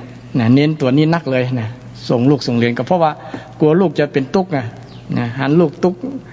หันตัวเก่าตุ๊กก็บ่อยากให้ลูกตุ๊กตัวเนี่ยตัวเก่านี่โอ้ลำบากตักตำกัดก้อนเกลือกิน นะกว่าจะเลี้ยงลูกมารอดเนี่ยนะบางคนก็เคล็ดลับหรอกบอกกล้ามีลูกมีอย่างเพราะว่าเนี่ยมันตุ๊กเนาะมันตุ๊กก็เลยบ่อยากให้ลูกตุ๊กเนี่ยก็เลยแสดงออกหน้าที่ในส่วนนี้ส่งลูกเรียนสูงๆนะเพื่อจะให้ลูกได้มีการมีงานมีหน้าที่ทำงานมั่นคงนะพ่อแม่ก็จะได้ปึ่งปลาใส่ได้ประมาณนั้นหน้าที่ส่วนนี้มีชัดเจนนะญาติโยมเนี่ยชัดเจนโรงเรียนไหนดีๆก็ส่งหมดถึงจะกล้าเทอมบัดเดียวซ้ำสูงนะญาติโยมเพิ่นว่ากลัวชุดขาวบัดเดียวนะชุดขาวเนี่ยเปิดเทอมเมื่อใดนะพ่อแม่เนี่ยตัวมุน ตัวอย่างก็ตัวเป็นน็อตหัวเป็นเกลียวอย่างหัวหมุน หัวเป็นน็อตตัวเป็นเกลียวหัวหมุนบอกว่าจะเอาเงินที่ไหนมาหมุนให้ลูกตันเนี่ยยืมอันนั้นมาใส่อันนี้นี่เพราะฮักนะเนี่ยเมตตาเนี่ยบางครั้งก็เลยเป็นความทุกข์ของพ่อแม่ไปเนี่ยนะเลี้ยงลูกจนทุกข์เนาะตัวเก่าทุกข์ก็บ่เป็นยังนะขอให้ลูกได้พ้นจากทุกข์นี่ก็พอแล้วนะนี่ได้ส่งเสียลูกเรียนในพ่อแม่ในทำหน้าที่ส่วนที่3เนี่ยข้อที่3นะส่งให้ลูกได้เรียนสูงๆจบปริญญาโทปริญญาเอกนะเป็นด็อกเตอร์ด็อกยังนี่จะได้เปิ่งปลาใส่ได้ส่วนนักกับเป็นญาติเราเนาะญาติโยมนะลูกได้ศึกษาเราเรียนจบสูงๆแล้วก็นึกถึงพ่อถึงแม่บางคนเลี้ยงพ่อเลี้ยงแม่นะแต่บางคนนี่ฝึกหัดมาเป็นคน ฝึกลูกให้เป็นคนได้รับความทุกข์ได้หู้จักทุกข์นี่เขาก็มีภูมิคุ้มกันนี่นะเขาก็จะนึกถึงพ่อถึงแม่เนี่ยจะตอบแทนพ่อแม่นะมี นางเอกหมอลำหลายๆคนญาติโยมเป็นคนตุกนะเป็นคนตุกไปทำมาหากินไปดิ้นรนทุกอย่างเพื่อจะได้เงินมาจุนเจือมาส่งให้พ่อให้แม่นะก็เพราะได้การอบรมสั่งสอนจากพ่อจากแม่ว่ามันนะชีวิตของความเป็นคนจนเนี่ยเป็นจะอี้นะลูกดิ้นรนลูกก็มีภูมิคุ้มกันคือความอดทนนะก็ได้นึกถึงส่วนนี้ว่าพ่อแม่ได้อบรมสั่งสอนมาก็อยากจะให้พ่อแม่แบ่งเบาความทุกข์ย้อนหลังให้กับพ่อกับแม่เนี่ยก็มีหลายๆคนที่นะมานำเงินนำรายได้ต่างๆที่จากทำมาหาเงินเนี่ยอย่างตายอรไทยอย่างนี้เป็นต้น ญาติโยมคงจะรู้ประวัติเนาะก็ลำบากในวันก็พ่อแม่อุ้ยเนี่ยสอนอย่างดีเนี่ยก็นึกถึงอุ้ยถึงอย่างเนี่ยก็ได้ภูมิคุ้มกันคือความอดทนจากคำสอนของอุ้ยของพ่อของแม่เนี่ยนี่สำคัญญาติโยมคำสอนของพ่อของแม่สำคัญมากๆเลยแต่คนส่วนหนึ่งเดี๋ยวนี้นะคิดว่าคำสอนบ่สำคัญละขอให้มีเงินก็พอละเนี่ยอันนี้อันตรายเนี่ยญาติโยม เงินมันจะเลี้ยงคนให้ประสบผลสำเร็จได้นะบางครั้งมันเป็นทำลายชีวิตของเขาก็ว่าได้นะเพราะว่าเขาจะบ่มีรู้จักความทุกข์นะรู้จักความทุกข์นี่คนแต่ก่อนนี้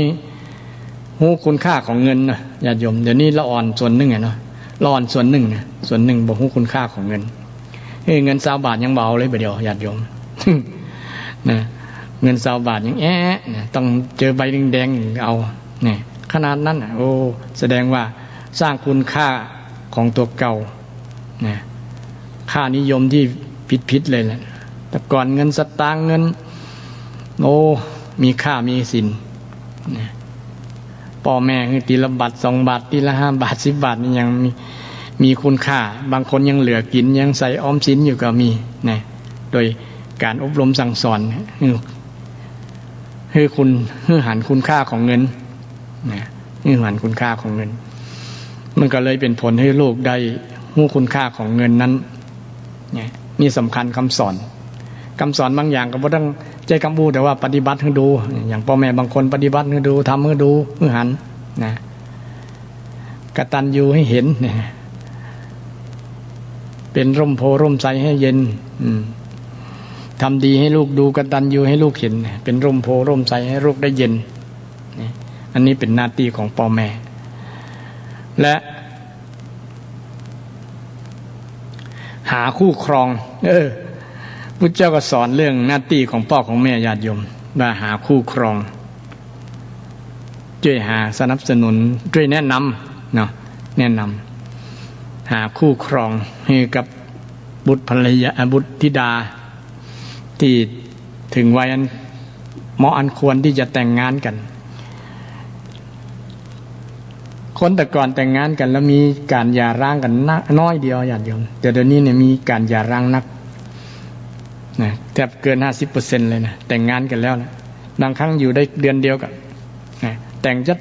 งานจัดใหญ่ละอยู่ได้บ่เหมือนเพราะ ส่วนหนึ่งก็มาจากการละเลยหน้าที่ของพ่อแม่เนี่ยนะพ่อแม่ต้องเอาคนดีนะรักวิธีหาลูกเนาะอย่าเป็นเน้นเอา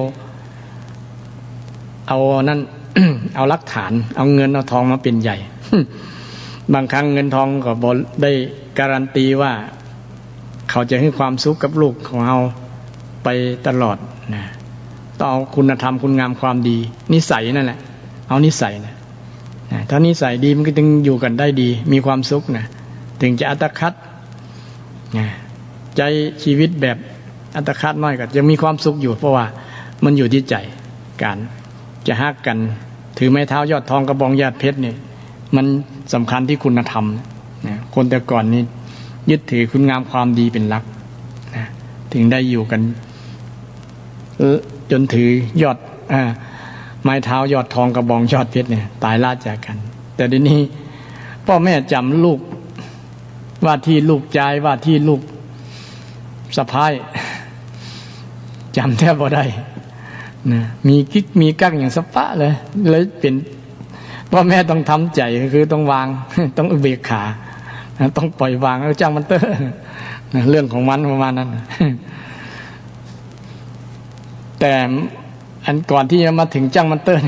มันต้องว่าเขาถามว่าเขาแนะนำเขาหรือยังว่าลูกนี้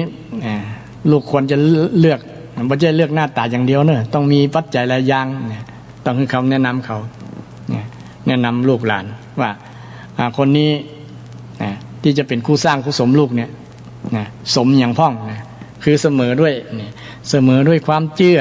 เสมอด้วยความเชื่อด้วยศรัทธาสัมปทาเสมอด้วยความประพฤติศีลสัมปทาศีลสัมปทาถึงพร้อมด้วยความจาครับสัมปทาถึงพร้อมด้วยจิตใจที่เสียสละจาคะจิตใจอบอ้อมอารีกอปัญญามีความรอบรู้มีสติปัญญาในการดำเนินชีวิตมีคุณธรรมสูงดีก่อประมาณนั้นนี่ถึงพร้อมด้วย4ประการนี้ก็แนะนำให้เขารู้ว่าถ้าลูกถ้าหันเขามีศรัทธาก็ดีศีลก็ดีจาคะก็ดีปัญญาก็ดี4ข้อเนี่ยมีพร้อมลูกเอาเลยแม่เชียร์ถ้าขาดข้อใดข้อหนึ่งยังพิจารณามันก่อนถึงจะอยู่จนเป็นสาวเคิ้นกับเป็นยังลูกเดี๋ยวนี้ถ้าคนดีจริงมีความพร้อมทั้ง4อย่างญาติโยมศรัทธาศีลจาคะปัญญาเนี่ยมันถึงมีคู่ครองถึงวันนี้เขาก็สังเกตกันหรือว่าดูใจกันเมินๆเนี่ยก็มีหรอกก็ดูนิสัยกันนั่นแหละว่ามีครบก่อนมีศรัทธามีศีลมีจาคะมีปัญญาก่อนอย่างคนแต่ก่อนเพิ่นรู้จักเลือกหรอ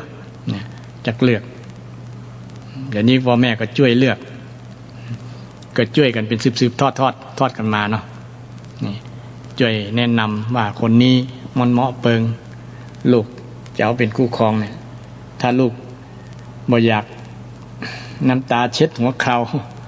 ลูกก็ต้องพิจารณาในส่วนนี้เนอประมาณนั้นมันจะบ่เสี่ยงถึงวันนี้มันเสี่ยงเดี๋ยวก็เลิกกันนี่อันที่เลิกกันบ่อยก็ว่ามันบ่มีศีลสัมปทาบ่มีศีลเนี่ย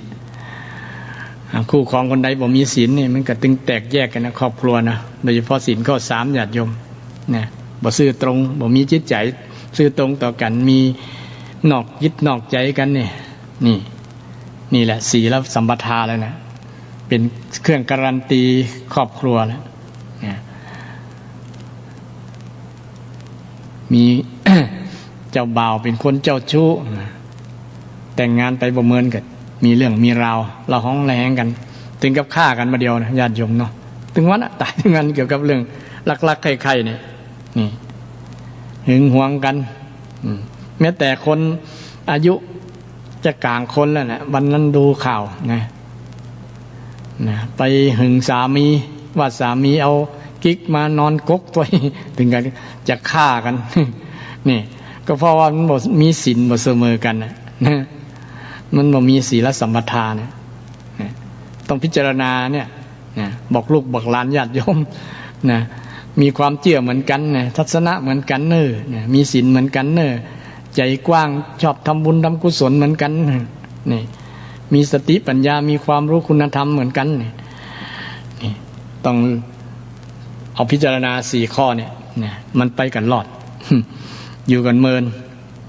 แต่ขาดข้อใดข้อหนึ่งเนี่ยมันยากละ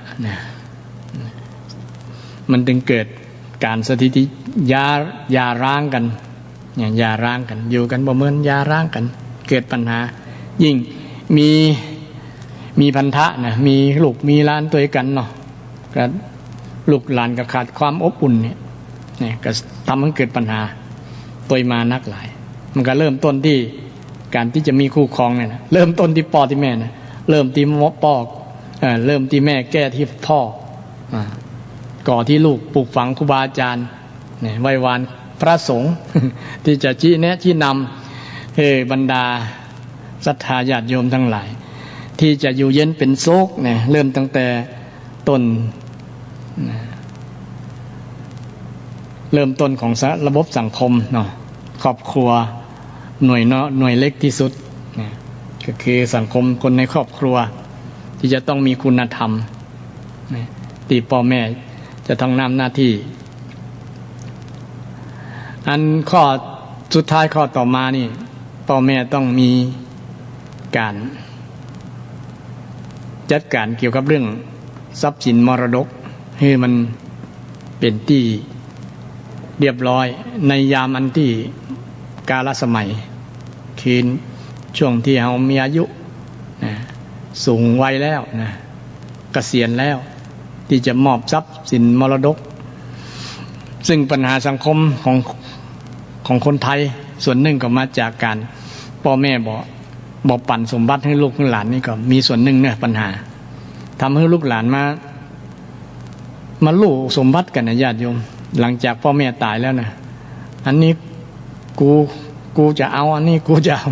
พ่อแม่บ่ได้ทำวินัยกรรมไว้นะก็เป็นส่วนหนึ่งเหมือนกันที่ทำให้เกิดปัญหากับลูกเนี่ยพ่อแม่ก็ต้องปั่นให้หมดแต่บางคนพ่อแม่ก็บ่ฮู้จะปั่นอย่างพ่อมันบ่มีเนาะนาก็บ่มีไร่สวนก็ยังก็บ่มีทรัพย์สินบ้านช่องหอเรือนก็บ่พอจะปั่นนะก็อยู่ด้วยกัน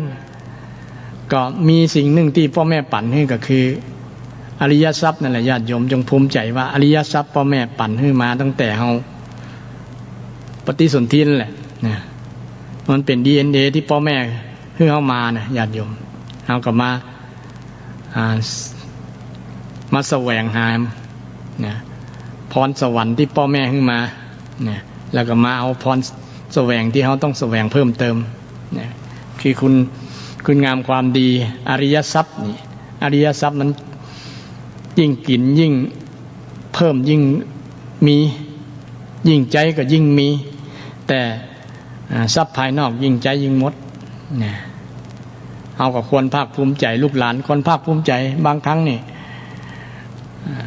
พ่อแม่บ่มีทรัพย์สมบัติที่จะมอบให้นะก็นึกถึงอริยทรัพย์ที่พ่อแม่ได้มอบให้นี่อย่างบางคนนี่เนาะส่งให้ลูกได้เรียนนั่นแหละคืออริยทรัพย์นะคือมีวิชาความรู้ที่จะไปประกอบสัมมาอาชีพนะนั่นแหละท่านทุ่มเทหยาดเหงื่อแรงงานแรงกายแรงใจนะส่งให้ลูกให้หลานได้เรียนจบนั่นแหละเป็นอริยทรัพย์แหละอยู่ในขี้ปุ๋ม อยู่ในสมองของลูกอยู่ในจิตใจของลูกลูกจะนำมาใจไปประกอบสัมมาอาชีพเมื่อใดก็บ่มีมดบ่มีเสี่ยงเพราะว่าพ่อแม่ได้มอบให้แล้วก็ควรภาคภูมิใจในส่วนนั้นแต่บางคนว่าโอ้พ่อแม่ก็บ่หันมีทรัพย์สมบัติอย่างจะเอาน้อยอกมองใจก็มีแต่ก็ควรภาคภูมิใจเฮาในฐานะที่เฮาเกิดมาเนี่ยก็ควรภาคภูมิใจได้ว่าถ้าบ่มีพ่อมีแม่เฮาบ่ได้เกิดแล้วญาติโยมนะก็ควรภูมิใจในส่วนนี้นะท่านเฮาเกิดนี่ว่าเป็นบุญกุศลยืนอย่างแรงกล้าแล้วนะบุญที่เฮาเกิดเป็นมนุษย์นะเกิดเป็นลูกของพ่อของแม่เนี่ยบ่มีบุญยิ่งใหญ่ตอนนี้แหละนะในส่วนอื่นเฮาก็มาเพิ่มมาเติมมาคนเดียวนะเพิ่มเองถ้าเราต้องการนะส่วนหนึ่งพ่อแม่ก็คือมาแล้วนะแต่ส่วนตีว่าพ่อแม่ต้องมอบสมบัติเนี่ยมันก็อย่างที่ว่านะถ้าหากบอกมอบแล้วมันจะทำให้เกิดปัญหานะเกิดปัญหาขึ้นว่าลูกคนนี้ก็จะลู่กันนะจะเกิดปัญหา แย่งสมบัติกันนะยิ่งคนที่มีพ่อคนเดียวกันแต่มีแม่หลายคนนะมีแม่หลายคนที่พ่อคนเดียวกันนี่เป็นต้นเนาะก็ยิ่งสร้างปัญหา สร้างปัญหาขึ้นก็ต้องจัดการเรื่องทรัพย์มรดกภายในอันกาลสมัยนั้นสมควรซึ่งเป็นหน้าที่ที่พระเจ้าได้สอนไว้ทั้ง 2,000 กว่าปีมาแล้วญาติโยมที่สีคลามานพเนี่ยได้ไปกราบป่อกราบที่ตั้ง6เนาะที่ป่อได้สอนไว้ แต่กราบกับบ่ฮู้ความหมายแหละที่พระเจ้าได้มาปะกันเลยกราบถามยังกราบยังป่อสั่งไว้ไปกราบหลังจากป่อตายแล้วกราบเด้อจะเกิดเป็นสิริมงคลนี่พระเจ้าก็เลยบอกว่าเนี่ยเขาจะบอกความหมายเด้อกราบทิศนี้ทิศเบื้องหน้าเนี่ยหมายถึงไผเนี่ยทิศเบื้องหน้าคือป่อคือแม่เนี่ยอย่างที่อาตมานำหน้าที่ของป่อของแม่เนี่ยเพิ่นมีหน้าที่นี้เนี่ยเขาก็นึกถึงผินหน้าหันหน้าไปทางตะวันออกก็นึกถึงป่อถึงแม่หันหน้าไปทาง ทิศใต้เนาะทิศใต้ก็นึกถึงครูบาอาจารย์หันหน้าไปทางบินหน้าไปทางหลังทิศใต้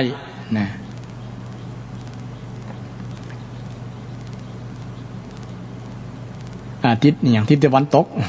ทิศตะวันตกเนาะนึกถึงลูกถึงเมียนึกถึงครอบครัวภรรยา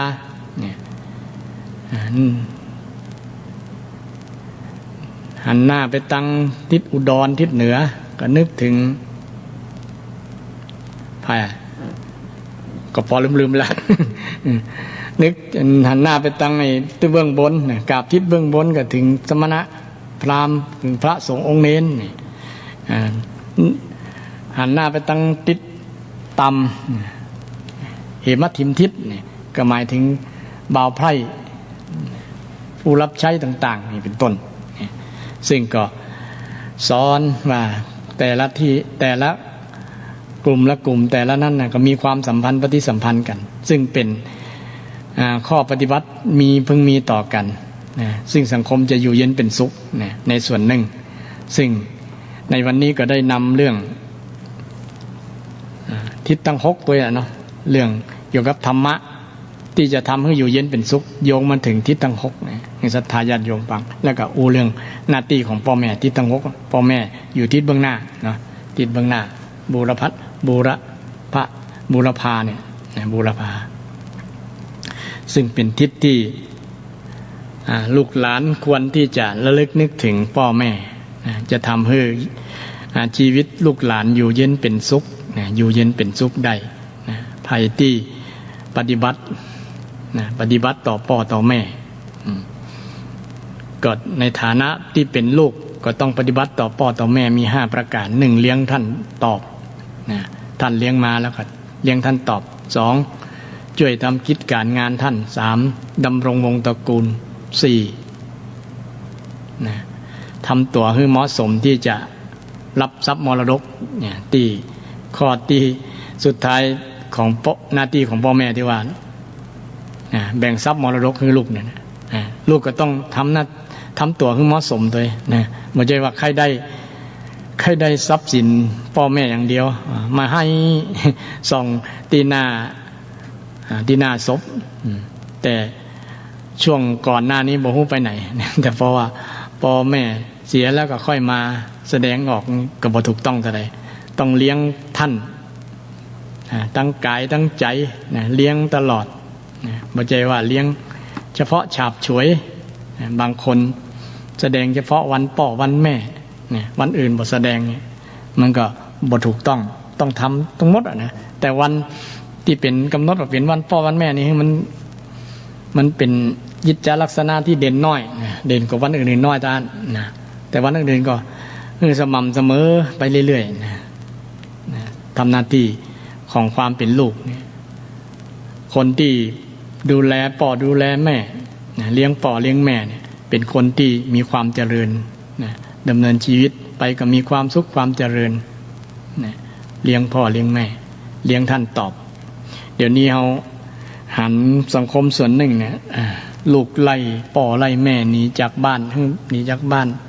พ่อแม่ก็บางคนก็อยู่บ้าน2 เท่าตายายงอม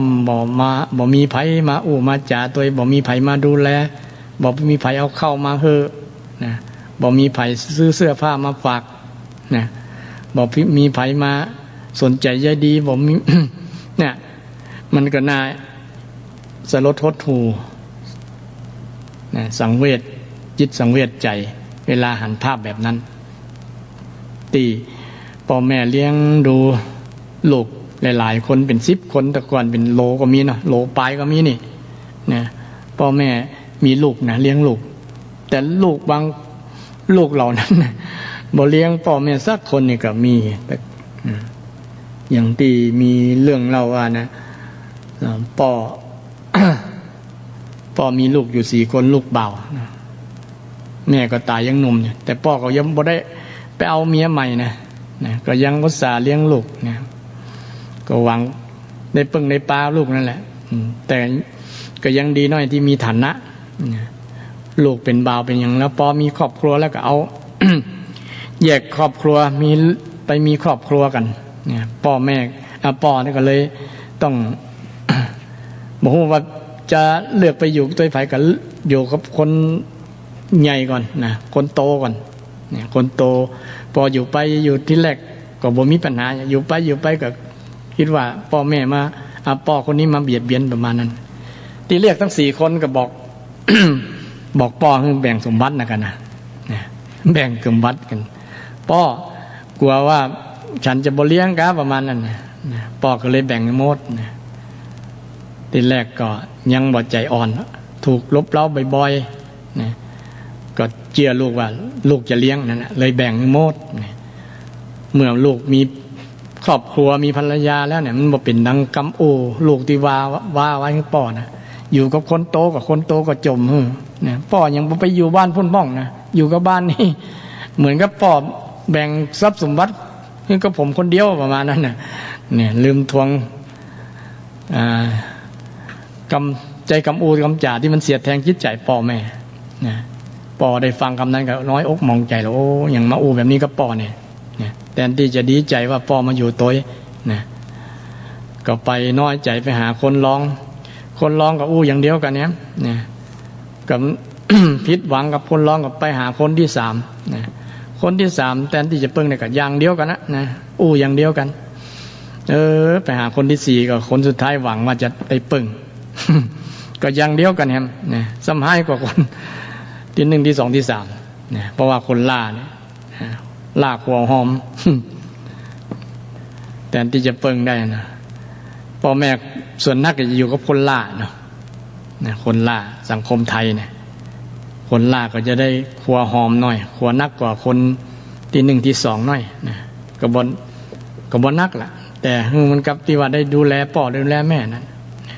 แต่เขาบอกคิดใน ว่าพ่อแม่มีบุญคุณอย่างนั้นเนาะคิดว่า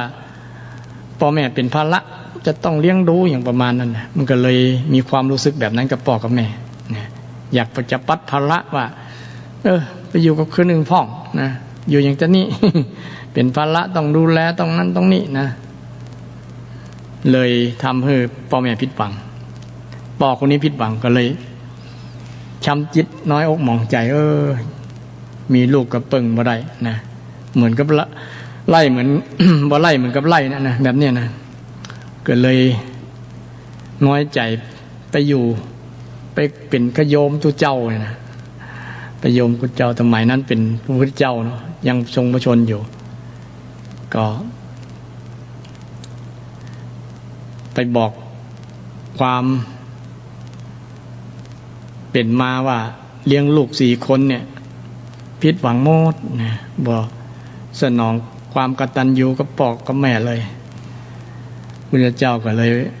ผูกคาถาคือได้ได้เปรียบเปยว่าลูกกตัญญูบ่เต้าไม้เท้านะลูกนี่ละคนบ่ได้บ่เต้ากับไม้เท้าติคอยปกป้องกันสัตว์ร้ายก็ได้นะป้องกันจะล้มจะเต้าก็ได้นี่ไม้เท้ายังดีกว่าลูกเต้านี่ละคุณเนี่ยไม้เท้ายังดีกว่าลูกเต้านี่ละคุณนี่ไอ้กรรมนี้มันได้ยินคนทั่วไปก็ว่าแต่กันเนี่ยลุงนี่มาจมนี่ลูก4 คนบ่เลี้ยงแต่กันเนี่ยก็เลยปากันเล่ากันเรื่อยๆกรรมนี้ก็ไปถึงพระราชามันมีกฎหมายบ้านเมืองว่าไผที่ละพ่อละแม่ไว้เนี่ยมีความผิดสมัยนี้ก็เหมือนกันเนี่ยโยมเนี่ยมันมีกฎหมายเนี่ยบ้านเมืองเช่นเดียวกันว่าไผปล่อยให้พ่อให้แม่บ่เลี้ยงดูพ่อแม่และไผปล่อย มีลูกแล้วบ่เลี้ยงลูกเนี่ยก็ผิดกฎหมายเช่นเดียวกัน มีกฎหมายบ้านเมืองเช่นเดียวกันผิดมันปรับมันจำตัวได้ก็อาตมาก็จำบ่ได้แล้วเหมือนกันแต่ว่ามีอยู่แน่นอนเนี่ยมีอยู่กฎหมายเนี่ยนะกฎหมายเกี่ยวกับความผิดที่คนละเลยหน้าที่ของความเป็นแม่กฎหมายอาญานะประมวลกฎหมายอาญาแพ่งพาณิชย์กฎหมายอาญามาตราตัวใดก็บ่ฮู้ละเกี่ยวกับเรื่องเนี้ยเรื่องที่พ่อแม่บ่ดูแลลูกแล้วก็ลูกบ่ดูแลพ่อแม่เนี่ยมีแน่นอนสมัยก่อนก็เช่นเดียวกันนะทีนี้พระราชาได้หู้ข่าวก็รับสั่งป่อคนเนี้ยนะตีถูกลูกทอดทิ้งเนี่ยก็มาถามความเป็นมาว่ามันเป็นแต่ก็เนี่ยนี่ก็มารายงานพระราชาก็รับสั่งคือไปห้องลูกทั้ง4 คนมาหรอประมาณนั้นนะก็เลยลูกทั้ง4 คนก็กว่าจะมีโทษมีความผิดเนี่ยก็เลยขอรับสารภาพว่าได้ทอดทิ้งแต่ยังต่อไปจะบ่ได้ละได้ขว้างแล้วนะบ่ได้ละได้ขว้างป่อคนนี้แล้วเนี่ยจะช่วยกันแบ่งเบาภาระหน้าที่ดูแลป่อคนนี้ป่อคนเดียวลูก4 คนนี่เนี่ยจะแบ่งเบาภาระพัดเวรกันเปลี่ยนกันนี่ถ้าเรื่องบ่ถึงพระพุทธเจ้าเนี่ยแล้วพระพุทธเจ้าบอกผูกคำคาถานี้พราหมณ์ที่ถูกลูกทอดทิ้งนี่พราหมณ์นี้ก็จะบ่ได้สิทธิ์ที่จะให้ลูกได้เลี้ยงนี่ก็มานึกถึงคุณของตุเจ้าพระพุทธเจ้าเราเนี่ยโอ้ถ้าบ่ได้มีพระพุทธเจ้าเป็นที่ปึ้งนี่ก็จะชีวิตก็จะคงจะตายกลางถนนกับบ่ฮู้ที่ตายละตายที่ไหนกับบ่ฮู้นะมีบุญกุศลแต่ที่ได้เปิ่งปลาใส่ล่มบารมีของพุทธศาสนาของพระสัมมาสัมพุทธเจ้าก็เลยไปกราบขอบพระคุณไปแสดงตนเป็นพุทธมามกะไปขอบคุณตั้งตนรักษาศีลเจริญภาวนาเป็นอุบาสกอุบาสิกาเป็นอุบาสกที่ดีตั้งตนปฏิบัติดีปฏิบัติชอบเมื่อทำแบบนี้แล้วลูกก็ยิ่งฮักดิ่งดูแลลูกทั้ง4 คนซึ่งก็เป็นเรื่องราวเกิดขึ้นตั้งแต่สมัยพุทธกาลคุณญาติโยมมาเล่าว่าเกี่ยวกับเรื่องหน้าที่ของลูกที่จะเลี้ยงดูของเลี้ยงดูพ่อแม่เป็นหน้าที่ของลูกทั้งหลายที่จะปฏิบัติต่อพ่อต่อแม่ใครปฏิบัติต่อพ่อต่อแม่ปฏิบัติพัดปูก็จะเป็นสิ่งที่ดีเป็นมงคลมาตาปิตุอุปถานังเอตัมมังคารมุตตมังใครที่ได้ดูแลพ่อดูแลแม่เลี้ยงดูอุปถัมภ์ถากเป็นมงคลชีวิตมงคลแปลว่าสิ่งที่ทำให้เกิดความเจริญดีงาม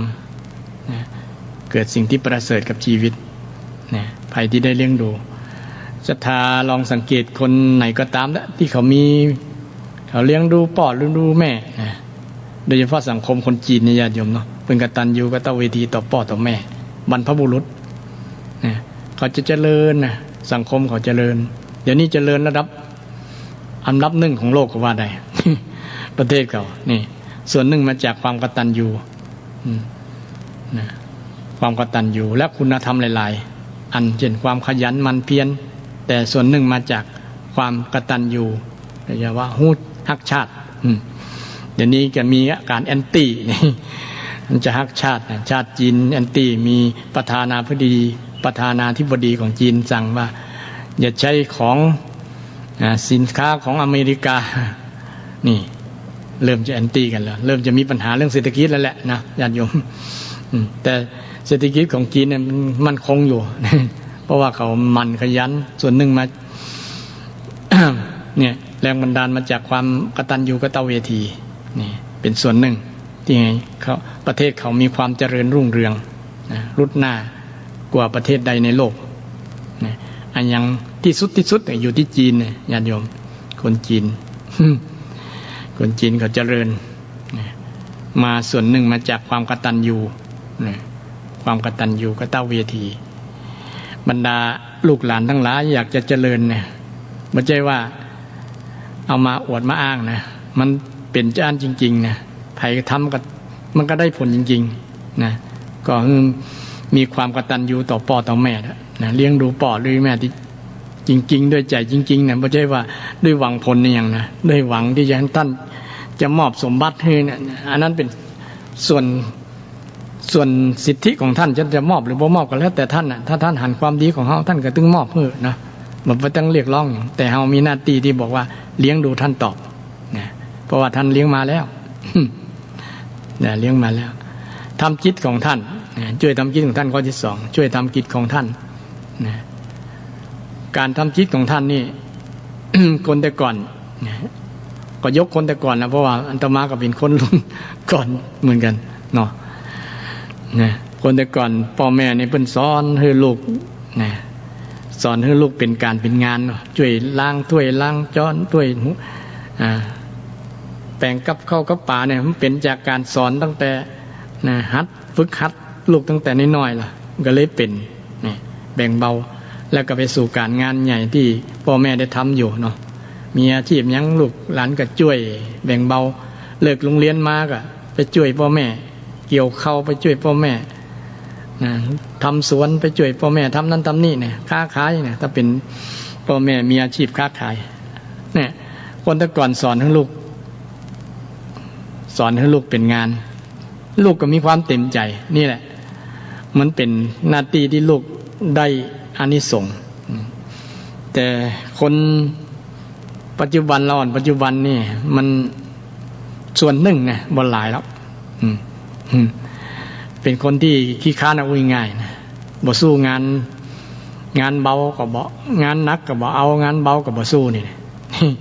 มันเลยทำให้เกิดตัวนะจริงๆหน้าที่ของลูกเนี่ย ช่วยแบ่งเบาภาระเนี่ยมันเป็นการฝึกให้เราเกยฝึกให้เราชอบงานนะงานคือชีวิตคืองานนะทำงานแล้วมีความสุขนะแต่บุคคลนั้นทำงานแล้วมีความทุกข์ว่างานเป็นในความรับความลำบากอย่างประมาณนั้นมีความรู้สึกแบบนั้นกับแย่เลยเนาะเลยเป็นคนขี้ค้านไปอย่างจะเอางานมาเบาอยู่ในห้องแอร์อย่างเดียวเนี่ยแต่ในนี้อยู่ในห้องแอร์ก็เริ่มมีจำนวนจำกัดละนะธนาคารเดี๋ยวนี้ความเจริญทางด้านโซเชียลอย่างต่างๆมันทำให้คนตกงานเนาะโดยเฉพาะโทรศัพท์เนี่ยอาชีพหลายๆอย่างตกงานหมดเนี่ยเอาไปมาลูกหลานที่ส่งเรียนสูงๆเนี่ย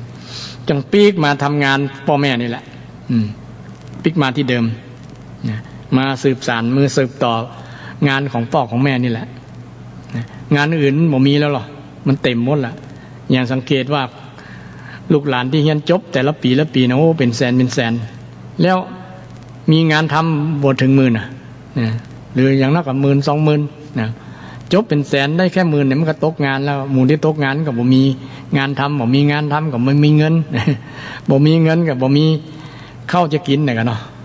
ยิ่งพ่อแม่ฝากฝังว่าจะปึ้งป้าใส่ก็ยิ่งเลยบ่มีที่ปึ้งอย่างละนะก็การศึกษาก็ต้องนึกถึงนี่รักษาอาชีพของพ่อของแม่ไว้กันแล้วกันนะถึงแม้จะเป็นอาชีพทำไร่ทำนาก็บางคนมาทำไร่ทำนาก็มีความสุขดีหรอนะร่ำรวยก็มีอยู่หรอนะแต่ว่าคนส่วนหลายนะมองว่ามันเป็นความลำบากลำบากอย่างอาตมานี่ก็เคยทำนาญาติโยมทำนาไถนารถไถเดินตามเนี่ยนะรถตักเนี่ยควายเล็กเนี่ยนะทำจนมันเคยบอกกลัวละงานนักกันนะบอกกลัวไถนาเป็น40-50 ไร่นะสมัยแต่ยังเป็นฆราวาสเนี่ยทำตั้งแต่พวกก่อนตะวันขึ้นนะตี 5ก็ตื่นแล้วหรอนะพอตื่นก็ติดเค เครื่องตบอยู่กลางตรงนะไถแต่ก่อนหญ้าซ้ำงามเนาะไถบ่ค่อยเข้าต้องไถหลายรอบนะไถแล้วก็เอาน้ำเจไว้หน้ามันหญ้ามันเน่าเนี่ยเวลาเอาย่ำไปบ่มีเกิบอกนี่นะมันง่ามมือง่ามตีนมันก็จะเป็นคันนะเป็นห้องกงฟุตเป็นว่านะน้ำคันกินตีนกินมือนี่ประสบการณ์มีอยู่นี่ก็มีภูมิคุ้มกันตั้งแต่นั้นนะเกี่ยวกับเรื่องความลำบากเนี่ยอาตมาบอกเคยกลัวเลยนะถ้าหันมาเดี๋ยวนี้โอ้คนอย่างมากลัวความลำบากขนาดนั้นนะกลัวความลำบากอาตมาถึงบอกกลัวครับเพราะว่าผ่านมาแล้วนะบอกกลัวความลำบากนะลูกหลานก็คงเตรียมใจไว้ว่าต้องปิ๊กมาทำงานช่วยพ่อช่วยแม่อย่างเก่านะมาสืบสานอาชีพของพ่อแม่เพราะว่าอาชีพเกี่ยวกับอุตสาหกรรมเนี่ยมันเริ่มอยู่ตัวแล้วมันขยายแล้วนะยิ่งโควิดยิ่ง สถานการณ์โควิดเนี่ยเอาตัวรอดของไผของมันประเทศไผประเทศมันนะเนาะนะมันบ่มีการส่งออกมันมีการค้าขายกันแล้วนะไผมีอย่างกับประเทศไหนมีอย่างที่จะทำก็ทำของไผของมันประมาณนั้นบ่มีการค้าขายส่งแล้วเพราะว่าปิดประเทศเตือนไผของมันเนาะนี่ก็ต้องเตรียมชีวิตใหม่ได้เนี่ยบ่แน่ บ่แน่เช่นเดียวกันเนี่ยถ้ามันยังสถานการณ์ยังแบบนี้อยู่เนาะเนี่ยและยิ่งตีเขาประเมินเนี่ยเรื่องเศรษฐกิจติดลบหลาย10 กว่าเปอร์เซ็นต์ก่อนเนี่ย10 กว่าเปอร์เซ็นต์ก็ยิ่งทำให้ลูกหลานที่จบการศึกษามาแล้วเนี่ยมันบ่มีงานทำนะจะจบปริญญาเอกก็ตามอันจริงก็มีอยู่แต่ว่ามันอย่างว่าที่ว่านะมันบ่สู้งานนะจบปริญญาเอกจะมาทำนามันเปิงเหรอเนี่ยเขาคิดว่าแบบเนี้ยจบปริญญาเอกแล้วมันจะขายก๋วยเตี๋ยวอ่ะ เนี่ยจบนอกจากจบแพทย์นะมันก็บ่ตกงานจบแพทย์จบพยาบาลมันนี่เนาะอย่างอื่นเนี่ยมีสิทธิ์ตกงานกันเนี่ยตกงานกันคนตกงานนักคนงานหลายฉะนั้นก็ต้องคิดใหม่ว่าเขาจะได้ เผื่ออนาคตเนี่ยก็ต้องมาช่วยงานพ่อแม่เลยแหละมาไว้ก่อนนะเอาอาชีพของพ่อแม่มั่นคงไว้ก่อนนะถ้าพ่อแม่มีอาชีพก็สืบช่วยพ่อแม่นั่นแหละการได้ช่วยพ่อแม่เนี่ยเป็นการปฏิบัติธรรมการทำหน้าที่ของลูกลูกหลานฟังไว้นะไปที่เป็นลูกหลานนี่ฟังไว้ว่าเอามีหน้าที่ช่วยพ่อช่วยแม่เนี่ยเป็นหน้าที่ทางคำสอนทางพุทธศาสนาสอนไว้นะว่าเอาช่วยพ่อช่วยแม่ทำการทำงานแบ่งเบาภาระหน้าที่เนี่ยเป็นหน้าที่ของลูกหลานข้อต่อมาเนี่ยดำรงวงศ์ตระกูลเนี่ยการดำรงวงศ์ตระกูลนี่เป็นบ่ทำให้ตระกูลเสื่อมเสียเนาะบ่ทำให้ตระกูลเสื่อมเสียตระกูลที่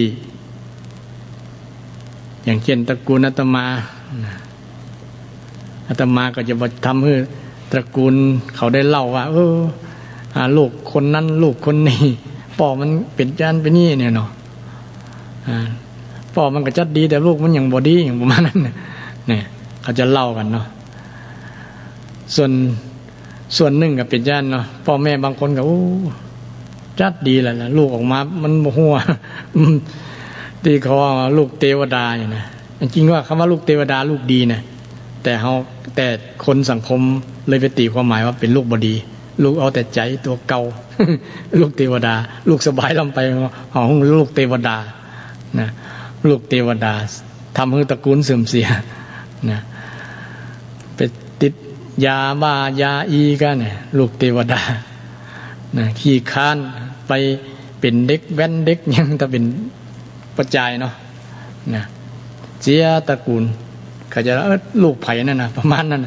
ลูกไผ่ฮะเป็นลูกเต้าเราไผ่ประมาณนั้นเขาจะถามหาพ่อหาแม่เนาะนะถ้าลูกบดีนะถ้าลูกดีก็เช่นเดียวกันเป็นลูกไผ่ฮะเนี่ยเชิดชูวงตระกูลได้นะถ้าลูกดีแต่ลูกบดีนี่ก็ทำให้พ่อแม่เสื่อมลงไปได้นะตระกูลเสื่อมเสียได้นะ ปาคือพ่อแม่เสียไปตัวที่จริงๆพ่อแม่ก็จัดดีแหละแต่ว่าลูกออกมาบอกว่ามาจากที่ไหน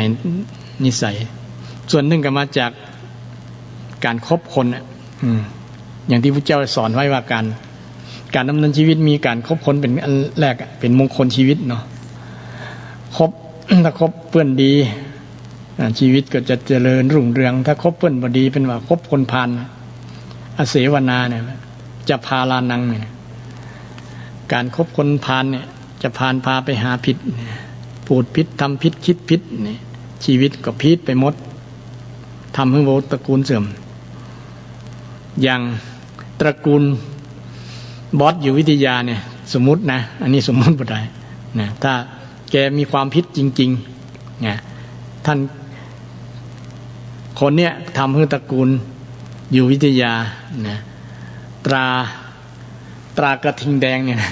ก็จะเสื่อมเสียคนก็จะลดค่านิยมไปตัวเนี่ยมันเสื่อมเสียนะมันทำวงตระกูลให้เสื่อมเสียถ้าลูกถ้าทำตัวบดีนะแต่นี่ยังไม่ได้ตัดสินแต่ว่าดีบดีเนาะแต่สมมุตินะยกตัวอย่างขึ้นบ่ได้ว่าถ้าลูกที่ทำตัวไม่ดีเนี่ยทำให้พ่อแม่จมลงในนรกได้นะตกนรกต้องเป็นได้นะถ้าลูกดีเนี่ยพ่อแม่ก็เหมือนขึ้นสวรรค์ทั้งเป็นได้นะเหมือนขึ้นสวรรค์พ่อแม่ก็ม่วนอกม่วนใจนี่แหละจึงเป็นหน้าที่ของลูกที่จะทำให้พ่อแม่นะขึ้นสวรรค์หรือว่าจะทำให้พ่อแม่ตกนรกอยู่ที่ตัวลูกนะในหลักคำสอนทางพุทธศาสนาพระเจ้าได้สอนว่าพยายามให้ทำตระกูลอย่าทำตระกูลให้เสื่อมเสียเนี่ยทำตระกูลให้เสื่อมเสียนะมันเป็นที่ประจานพ่อประจานแม่ไปในตัวและทำตัวให้เหมาะสมที่จะรับทรัพย์มรดกนี่ข้อที่ 4อันนี้ก็เป็นหน้าที่ของลูกนะลูกทั้งหลายอย่างที่กล่าวแล้วว่าบางคนรอจะเอาทรัพย์มรดกอย่างเดียวบ่นึกถึงว่าเขาจะทำอย่างดีเขาจะตอบแทนจะได้จะเลี้ยงดูจะได้นะจะช่วยแบ่งเบาภาระกันจะได้ดูแลท่านเพื่อท่านได้อยู่ดีมีสุขในฐานะที่ท่านเคยเลี้ยงเรามาเนี่ยจะเอาอย่างเดียวอ่ะ จะเอาประโยชน์อย่างเดียวก็พ่อกับแม่นะบ่นึกว่าเขาได้อย่างนักกว่านั้นเยอะแยะมากมายที่สำคัญได้สิ่งที่หาประเมินค่าบ่ได้ก็คือได้ชีวิตนั่นแหละถ้าบ่ ได้ชีวิตจากพ่อจากแม่มันก็หมดแหละนะญาติโยมนะชีวิตเขาบ่มีก็บ่มีประโยชน์อย่างใช่ไหมนะชีวิตที่สำคัญที่สุดนะชีวิตพ่อแม่คือลมหายใจคือลมหายใจคือชีวิตคือน้ำนมคือการศึกษาคืออนาคตคือคำปรึกษาหารือคือความสุขคือแม้กระทั่งชีวิตคือได้นะพ่อแม่เนี่ยแต่ลูกเนี่ยถามแล้วว่าเอาจะฮื้ออย่างกับพ่อกับแม่พ่องจะไปเอาอย่างเดียวแต่ก็นั้นก็ขอให้เราทำหน้าที่ให้ดีแหละเหมาะมันสมบางคนบอกเคยมาดูแลเลยจะเอาเข้าเต้าเปิ้นเนี่ยนะแต่เปิ้นฮื้อได้บ่เต้าเปิ้นก็จะว่าเปิ้นนั่นล่ะเลี้ยงไปกับคนนั้นฮักคนนั้นนักกว่าเฮาเลยจะว่าพ่อแม่ล่ะทั้งที่บ่ดูตัวเก่าก่อนเนาะว่าตีเปิ้นฮื้อน้อยกว่าเนี่ยเพราะว่าตัวเก่าบ่ได้เลี้ยงดูบ่ได้อยู่ตัวกับพ่อกับแม่เปิ้นก็เลยฮื้อคนนั้นนักกว่าเช่นมีนา2-3 ตีเนี่ยเนาะเต่ากับลูก ลูกก็มี3 คนคนแรกอาจจะไม่ได้อยู่กับพ่อกับแม่เหมือนจะมาเอาสมบัติทรัพย์สมบัติอย่างเดียวก็อาจจะได้น้อยกว่าเปิ้นน้อยคนที่2อาจจะได้ดูแลพ่อแม่พ่องแต่คนที่3คนล่านี่อาจจะดูแลยาวจนเปิ้นตายละจากเฮาอันนี้ก็จะได้นักน้อยนี่ตามคุณธรรม ตามความดีที่ลูกปฏิบัตินะควรที่จะเปิงได้นี่แต่ลูกบางคนไปกับว่าแม่ลำเอียงพ่อแม่ลำเอียงได้นักได้น้อยกว่าประมาณนั้นมีข้อเปรียบเทียบยังมองแง่พิษจะเอาพิษกับเปิ้นเนี่ยแทนที่จะขอบคุณเปิ้นฮือขนาดนี้ก็ดีแล้ว เปิดขนาดนี้ก็ดีแล้วนี่ฉะนั้นหน้าที่ของลูกทั้งหลายนะญาติโยมทำหน้าที่ดีที่จะรับทรัพย์มรดกนี่ข้อที่ 4ข้อสุดท้ายข้อที่ 5ว่าเมื่อท่านจากไปแล้วนะ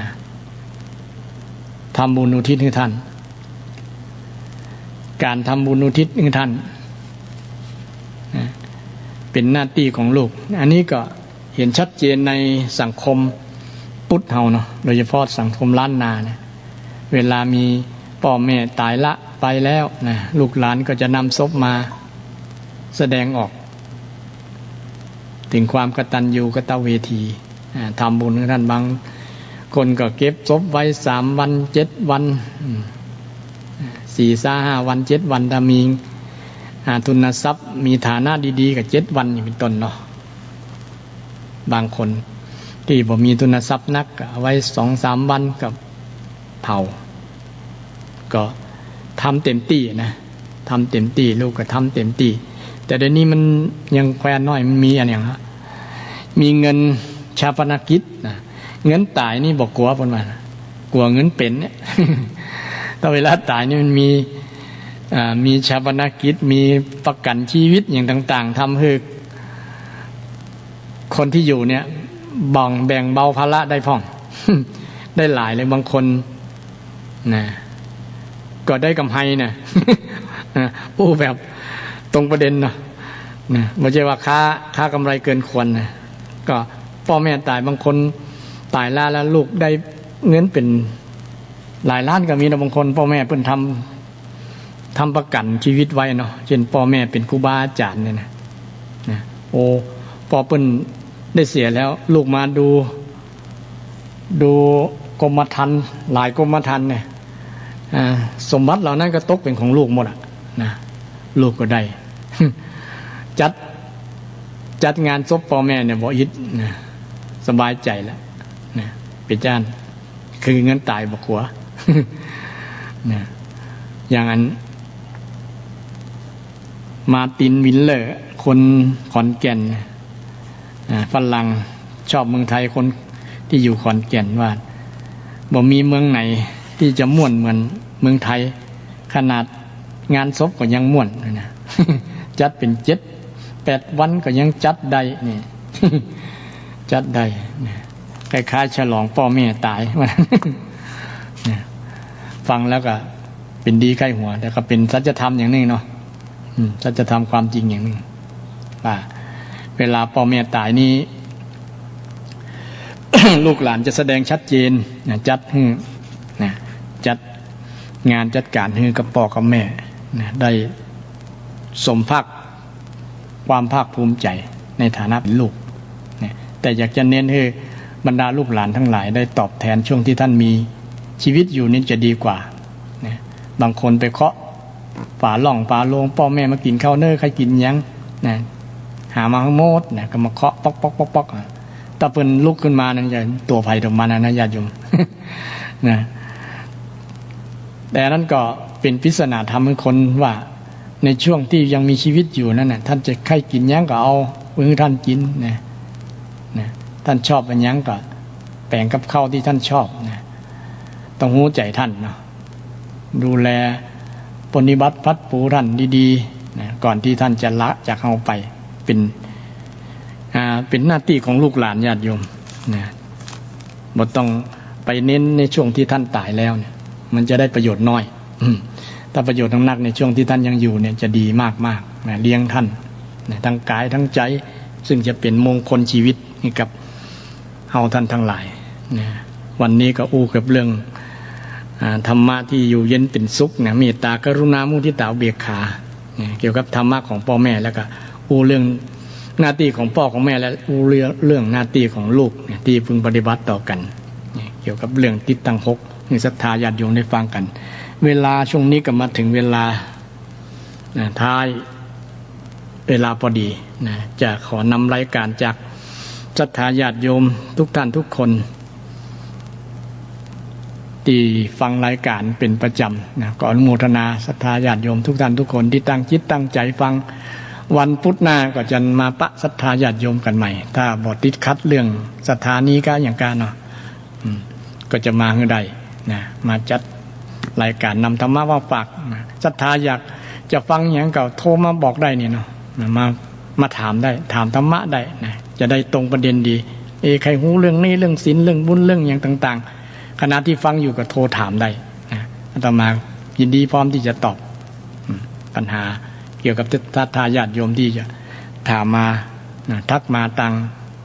โทรศัพท์นะกิ้งก้างมาได้นะสำหรับวันนี้ก็เจริญพรโมทนาขอบคุณทุกท่านขอให้พรศรัทธาญาติโยมทุกท่านทุกคนที่รับฟังรายการอยู่ มีความสุขความเจริญ มีสุขภาพแข็งแรงพลามัยสมบูรณ์เจริญไปด้วยอายุวนะสุขะภระปฏิภาณธรรมสารคุณสารสมบัติงอกงามไปบุญในพุทธศาสนาเถิดเจริญพร